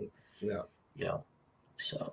It's I wonder what he's doing next. I hope we were talking offline. I like to see him do. I like to see some superstar Billy Graham. So I mean, again, my favorite superstar Billy Graham would be when he was champ in WWF. So that would be late 70s. So you get a Bruno card, you get a Zbyszko and stuff. It's funny. After Zbyszko left with his feud with Bruno, he leaves. He never comes back to the WWF. No, he doesn't know. I don't even think with him. I don't think even when he went WCW. I forgot he did that horrible karate gimmick. I was like, oh yeah, I remember that. That was horrible. I'm not talking about superstar Billy Graham. Like Larry Zbyszko did it too. I'm like, oh, that was horrible. Did he marry Vern's daughter though? Yes. He tells some great stories, Zbyszko. He's another one who tells great stories. But so the Memphis, he's got Crockett, which is NWA, right? Yeah. Memphis just came out. Yeah. WCCW, which is the Von Erichs in Texas. Yeah. Which was outstanding wrestling to watch back in the day. It really was well done. WWF and AWA. Yeah.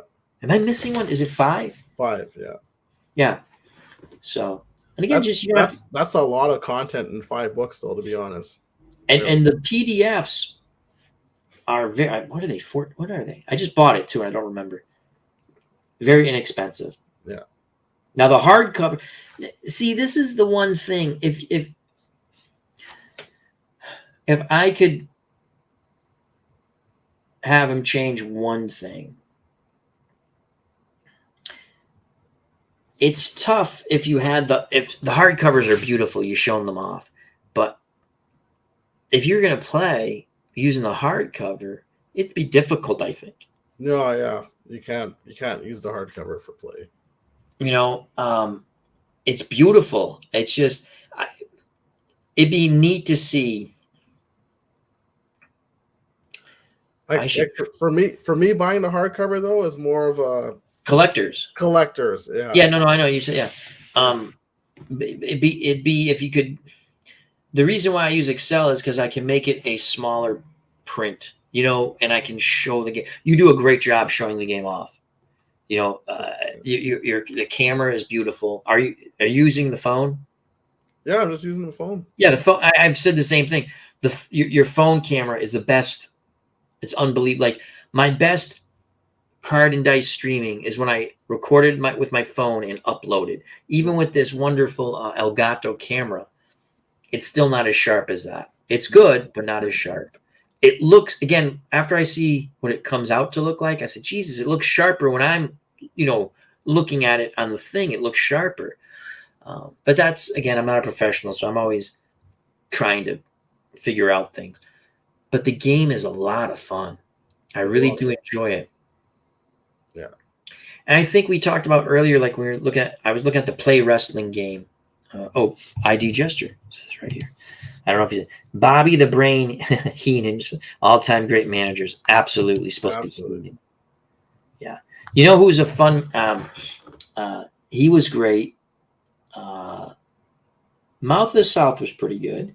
Yeah. Freddie Blassie could piss anybody off. The Grand Wizard of Wrestling was pretty good. Captain Lou. I mean, they always, you know what sucked? When the good guys had a manager, it was like Arnold for W. It was Arnold Skolin, who didn't say 3 words, and I get it, but he was like, he didn't interfere in matches once in a while to help out if the other interference happened. I'm trying to think. Maybe Miss Elizabeth was a good guy manager or a valet. Remember how she? They had the shtick going with her and George the Animal Steel. Oh, okay, yeah. I saw in his book though, like he rated the managers as how much they can interfere. So you know, like say Bobby Heenan has 2, you could have him interfere twice into the match or whatever. Yes. Elizabeth has 0, right? And I get why he says Elizabeth has 0, but if you remember, if you ever watched, she would go up in the ring thing. Yeah, she might go up on the apron, or if Macho Man was fighting Hogan, she would stand in front of him. Yes, they're outside. Or he would grab her. Yeah. And Hogan has Macho Man. He's going to spear him into the post, and then she stands in front of the post so he can't spear Macho Man, you know?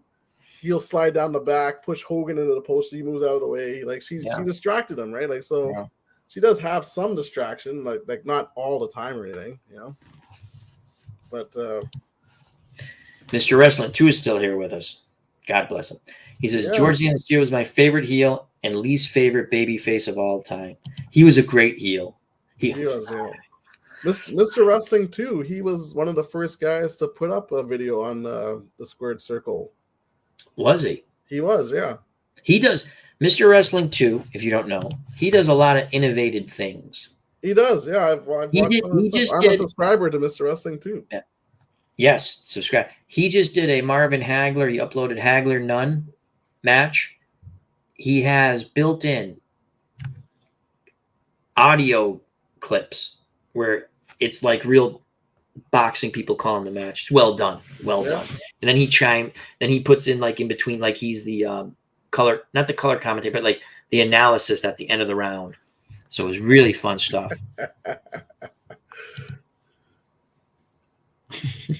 You do good stuff. Again, there's another channel. I honestly can say, I think we have a lot of fun people in our community, and I don't understand why their channels aren't bigger. When you get people eating stuff who get million, I mean, I guess we should eat stuff on our. I don't know. You know, kids opening up toys. There's, gazillion views. Yeah. It is what it is. I'm not here. I'm just. It makes me laugh. Yeah. But yeah, I like the game, and we're gonna see some of that more on my channel. You know what it is? You have so many with me, and I explained it earlier. And I don't know if I did it online or offline with Hassan. I put a game aside. I did it online. You did it online, yeah. And I use the baseball game, History Maker Baseball. Really fun game. Really fun game. But if I don't play that every once in a while, I kind of forget some of the stuff and have to not relearn it, but like refresher course. Yes. And sometimes when you come home and you get everything done, I go to a video game and I go to a PC sports game or a video game. And if it's a video game, it's me trying to shoot zombies because that's what I do. Mm. But yeah, ST Patrick, I'd love to have him on again. Oh, I know what I want to say. I'd be interesting if he could, with only the PDFs, if he could offer almost like you could get him like a card. You know, I don't know if you could fit everything. If you made it this, I think again, you'd have to see, even if it was two-sided. So maybe you get like not the special traits, but you know how they have you can mark your PowerPoints and stuff if you want. Yeah. So on one side, it would be the card, and it has some special instructions. The other side, the special instructions. So there's another wrestling game we play, right? Yeah. And they have fronts and backs. You don't really have to. If you buy a PDF, or there's a lot of free PDFs out there, one side is the picture of or a photo of the wrestler usually, and the other side's the playing card. Mm. When I first started printing these to save on ink, I usually just printed the playing card side. Then I realized I really did like having, so we bought more ink. But what I'm saying is, if he could make it that size, I think he could possibly fit everything, the playing part on one side and the special instructions on the other. It'd be interesting if he could do that. And, give an option, meaning like you could print 2 to a page, because you would do front and back. 4. I think the way they do it for most of those are 4 to a page, because I've printed up quite a few free ones for that game. Mm. There's lots of free ones out there, people. If you want to know, just contact me. Don't get robbed by buying bootlegs. Get them for free. I've already explained that to Hassan, what I think a lot of those people are doing. So, yes. And there's some legit ones too, don't get me wrong. People who create their own, but there's others. No. Anyhow. Well, yeah, that's about it. I've kept you on way too long. Thanks again, Al. It's been great. It's been great chatting with you. Oh, it's always fun. Give us the so one last thing. You're wearing Bruce Smith Buffalo Bills. It's just a throwback. This Buffalo's not my team, but I do like Bruce Smith. I'm a fan of Bruce Smith, so I'm just wearing the jersey here just to represent. Come on your channel, I'm wearing a sports jersey, Do you have a Michael Jordan throwback? I do have a Michael Jordan. I have his Bulls 23. Yep. I have his Wizards 23. Yeah. I got the Bulls 45. When he came back. Yeah. So, and then I have Pippen 33 as well. Bulls. I have about 70 jerseys. Do you? Yes. Nice. What was the see, then I'm gonna go. I'll let you guys. What was the first jersey you bought? First jersey I bought was a Marshall Faulk Colts jersey. That was my first jersey. Right. Yeah. Because they made the trade. Wasn't it Marshall Faulk for Anthony Dickerson? Did they swap them off? Or am I getting that? The Rams? No, it could have been. I'm sorry, that's way after. Yeah. Dickerson started with the Rams, but he went to the Colts way before Marshall. Way before, yeah. Marshall was there for, I think, Peyton Manning's rookie season. Yeah, so it can't be that. Anyway, I got that mixed up. I apologize. I'm tired. That's so Marshall Faulk Colts. Nice. That was my first jersey. I don't have many, but the first jersey I ever had, my brother got for me. Doug Flutie, Buffalo Bills, number 7. I have to find it. I will wear it next time. Nice. That's nice. And I also have Doug Flutie jersey for the Chargers because he went there after. I never got a Doug Flutie jersey for the Patriots, though. I wish I did. Yeah, do some research, see if I could find you a Doug Flutie Calgary Stampeders. Yes. God, what was the first team? It was it British? Was he BC the first team? I don't remember him on BC. I remember him with Calgary, and then I think he won the cup with Calgary. I think the Grey Cup. Yeah. He didn't win it with the first team. I think it was BC. So before we go, you were a fan of his, probably at Boston College then too, right? Yes. Yes. Yeah. Only time I rooted against Penn State in a day. Doug Flutie. I was when he went to the USFL. He played for the New Jersey Generals. Yeah. Watched him there. Then they thought he was too small to play in the NFL. He proved them wrong later on. As all pro with the Bills, and the Bills screwed him over. The Patriots screwed him over before that. It was hilarious. They didn't let him throw the ball. And again, yes, he's short, but he was capable of playing. Actually, which is really interesting, he played in 1987 in the playoffs for the Chicago Bears. He only played one game for the Bears, right? Because Mike Ditka brought him in. Jim McMahon got hurt, and they were playing Tom Zach, Fuller, and they had another quarterback too. And they were winning, but just because of the defense. They were 14-2 that year. Really good, right? Yeah. So he didn't have any faith in his quarterbacks, and he didn't get along with McMahon, who was hurt on out for the season anyway, right? Yeah. So Doug Flutie had played in some and if I'm wrong, I'm wrong. I kind of remember him playing in some strike games, I think. I want to say for Houston. Again, I think. I could be. Anyway, he goes to play in Chicago, plays one regular season game, they win, and he plays in the playoffs, they get beat by the Redskins. Then in 88, he goes to the Patriots. He's 6-3. You look at his stats, they weren't fantastic, but he did in those wins, he did something to help them win. And the crowd, like especially at home, would go nuts. Mm-hmm. And then coming to the end of the year, he's 6-3 as a starter. Tony Eason, right? Oh, we're just going to get him some playing time. Happy feet, Tony Eason. I said they're going to screw Doug Flutie. So they played him the next to last game of the season. I'm trying to remember this. Anyway, they go to Denver. They have to win in Denver to make the playoffs. Patriots never win in Denver. Even Tom Brady don't win in Denver, right? Maybe now they might because of Denver, right? Sorry, JD the Dragon. So they go. Eason stinks in the first half, and I'm sitting to myself. It's a Saturday game. This is how much I remember it because it was late in the year, and how they switched some games to Saturday, right? They have some Saturday games in the NFL. And I'm thinking to myself, oh, they're going to come with Flutie in the second half. Steve Grogan hadn't played since like week 1. And I love Steve Grogan. His autographed helmet is right up there.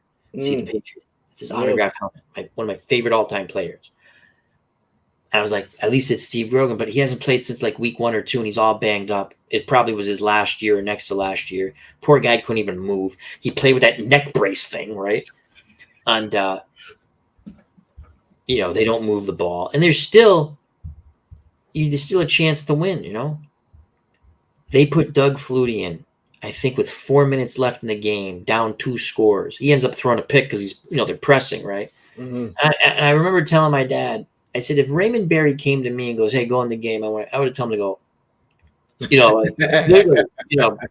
you're going to make me go in to look bad at the end, right? Yeah. But again, he's a professional. Doug Flutie did the right thing. And then they got rid of him, you know. And then he goes off and he plays in Canada, does excellent.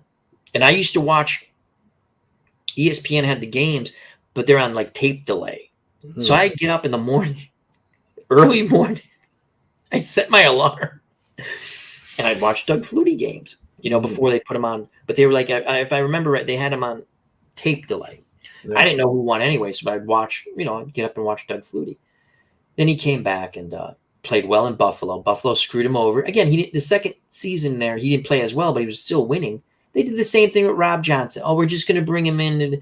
And again, did Rob Johnson play horrible in that playoff game against the Titans? No. But you know what? God said to the Buffalo Bills, you shouldn't have done what you did to Doug Flutie. So here comes the miracle that should have never happened. And I laughed my ass off. And I'm going to be honest, Rob Johnson did not play bad. He played quite well in that playoff game. Yeah. Probably the only decent game he ever played. Yeah. Again, he was a prototypical 6 foot, looks like the quarterback. Now, they don't care about that. You see a lot of shorter quarterbacks, mobile. Yeah. I'm not saying that Doug would have done, but I think here's the point. I draft Hasim at quarterback, right? Hasim has a skill set. If I draft Hasim, I want to utilize his skill set. So I'm going to adapt my offense to him. I'm not going to draft Hasim unless I'm going to adapt my skill set, his skill set to what we do, because I want to win. It drives me nuts with Bill Belichick now because I see other guys. They have him at the Patriots, and they don't understand the system. Then they go elsewhere. Well, shit, they understand that system. They won a lot of Super Bowls. I'm not knocking that. What I'm saying is, if you cannot, I go back, and again, I'm not a fan of Chad Ochocinco, Chad Johnson. Right. Very good receiver. He lives life the way he wants. God bless him. We'll leave that. He's full of himself. That's cool. Yeah. They brought him in. They never used him. He doesn't understand the system. He doesn't understand. You think when he went to the Super Bowl against the Giants the second time? Again, the Giants beat him twice. Tom Coughlin had his team prepared. The Giants outplayed the Patriots in both those. And again, yes, some luck. Luck's part of the game. Right.